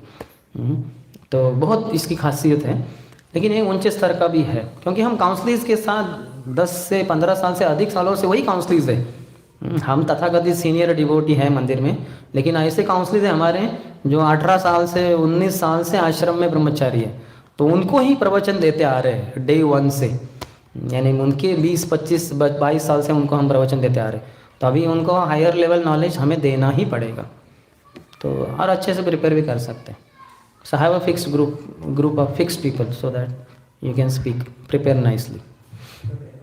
कर रहे हैं, वेरी गुड, यस। और प्लस एग्जाम अगर आप देने के लिए प्रयास कर सकते हैं, फिर एग्जाम में क्या होता है, जैसे अभी मैं खुद ही भक्ति वैभव स्टूडेंट हूँ, मैं देख रहा हूँ कि मेरा अच्छा ये हो रहा है। जैसे आज सुबह कोट किया ना, वो 4 प्रकार के, वो थोड़ा भूल गया, लेकिन फिर भी वो होता, उद्गाता, अध्वर्यु और ब्रह्मा, ये पिछले वाले एग्जाम में मैंने एक प्रश्न था, उसका उत्तर ये था कि 4 प्रकार के पुरोहित कौन होते हैं एक यज्ञ में। तब मैंने पहले पढ़ा था भागवतम, तो मैं 3 बार पढ़ चुका था, लेकिन फिर भी वो शब्द का क्या बराबर मीनिंग है वो मैंने इतना ध्यान से नहीं सुना था जितना कि ये एग्ज़ाम के लिए मैंने, क्योंकि एग्ज़ाम में ऐसे कुछ नहीं लिख सकते। थोड़ा होता के लिए जो उद्गाता का जो है वो बोल दूंगा तो मार्क्स चले जाएंगे, वो लोग काट देंगे मार्क्स। तो इस तरह से एग्ज़ाम देने से भी अच्छे से प्रिपरेशन होता है, इसलिए काउंसलर लोगों को काउंसलिंग के लिए एग्ज़ाम अरेंज कर सकते हैं, with then they go deeper scrutinizing study कर सकते हैं। आप में से कितने जनों ने देखा है कि परीक्षा के पहले 2-3 दिन पहले बहुत अच्छे से पढ़ाई होता है ना, वही साल के 6 महीने के बाद एग्ज़ाम है, मारो गोली, कौन 6 महीने के बाद, हम सोचते भी नहीं, या पढ़े भी तो ऐसे ही कैजुअली पढ़ लेते हैं, लेकिन वही 1 दिन पहले या 2 घंटे पहले बहुत ग्रास्पिंग पावर बहुत बढ़ जाता है, पता है ये सब लिखना है। तो उसी तरह से हम कुछ सिचुएशंस है जिसको अरेंज कर सकते हैं। यस, ठीक है, फिर यहीं पे रुकते हैं। प्रभु जी के अनाउंसमेंट से मुझे भी थोड़ा प्रेशर डेवलप हो रहा है। शिल प्रभुपाद की जय, समवेत गौर भक्त वृंद की जय, निताय गौर प्रेमानंदी। तो आप में से जिनको ये चाहिए ग्रंथ ले सकते हैं, ये 200 रुपये का है, और ये कुछ पढ़ना नहीं है, ये सॉल्व करना है। पढ़ना प्रभुपाद की किताबें हैं, तो वो आप पढ़ सकते हैं। इसके 69 क्वेश्चन पेपर से, तो हफ्ते में 1 पढ़ा, बहुत हाई स्पीड वाले लोग बात कर रहा हूँ, तो आपको 1.5 साल लगेगा, और 15 दिन में 1 क्वेश्चन पेपर को दिया तो आपको 3 साल लगेंगे। तो उसके अनुसार 69 क्वेश्चन पेपर्स है, साल में 52 वीक्स होते हैं, और बीच में बहुत सारी चीज़ें आती है, जन्माष्टमी आएगा, आपके घर में कुछ शादी आ गई, ये आ गया, तो थोड़ा धीरे भी जा सकते हैं। तो ये कमिटमेंट है उसमें, एंड इंडिविजुअल लेवल पे दे सकते हैं इसको, खुद ही पढ़ के खुद ही दे दें एग्ज़ाम, और उत्तर कैसे ढूंढने वो भी उसमें लिखा है, सब फॉरवर्ड में सब लिखा है प्रस्तावना में। और इसके अलावा नहीं तो काउंसलर बेसिस पे भी काउंसलिंग ग्रुप के लिए लिए जा सकते हैं, तो आप ले सकते हैं। इसके मेरे पास कुछ कॉपीज़ हैं, जिनको चाहिए ले लीजिए। हरे कृष्ण। हरे कृष्ण। प्रसाद की टीम, प्लीज प्रसाद के लिए हम सर्विंग टीम वहाँ पे रेडी रहिए। पहले हम प्रभु जी को धन्यवाद देना चाहेंगे लाउडली बाय चैंटिंग हरे